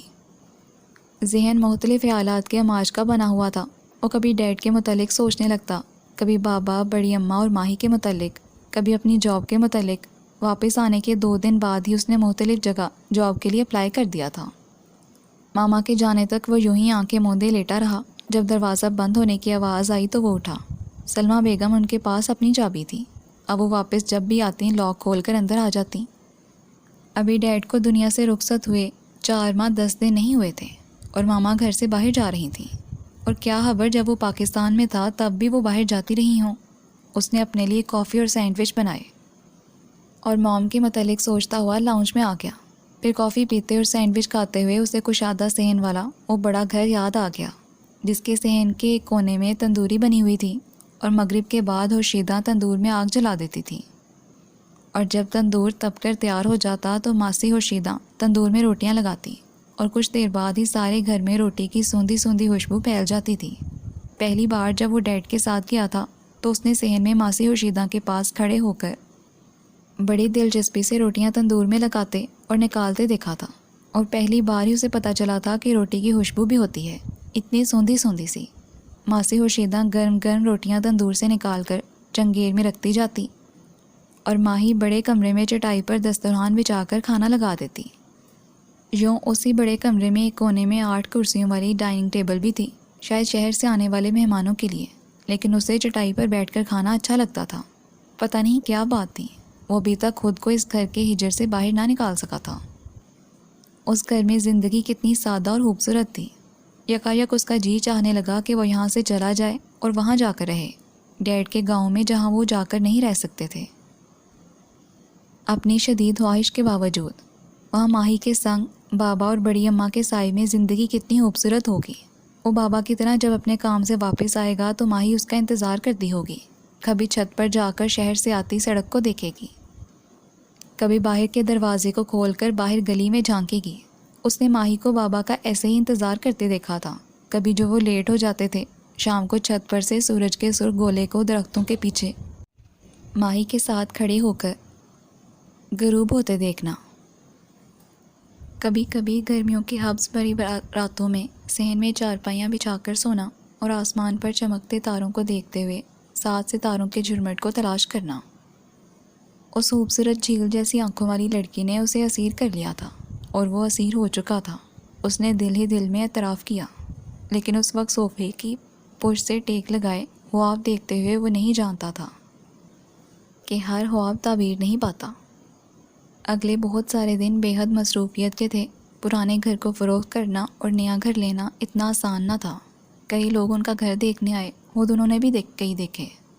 اپنی پسند کا گھر لینے اور موزوں قیمت پر اپنا گھر فروخت کرنے میں کافی وقت لگ گیا، پھر جاب کی مصروفیات اور ساتھ میں پڑھائی۔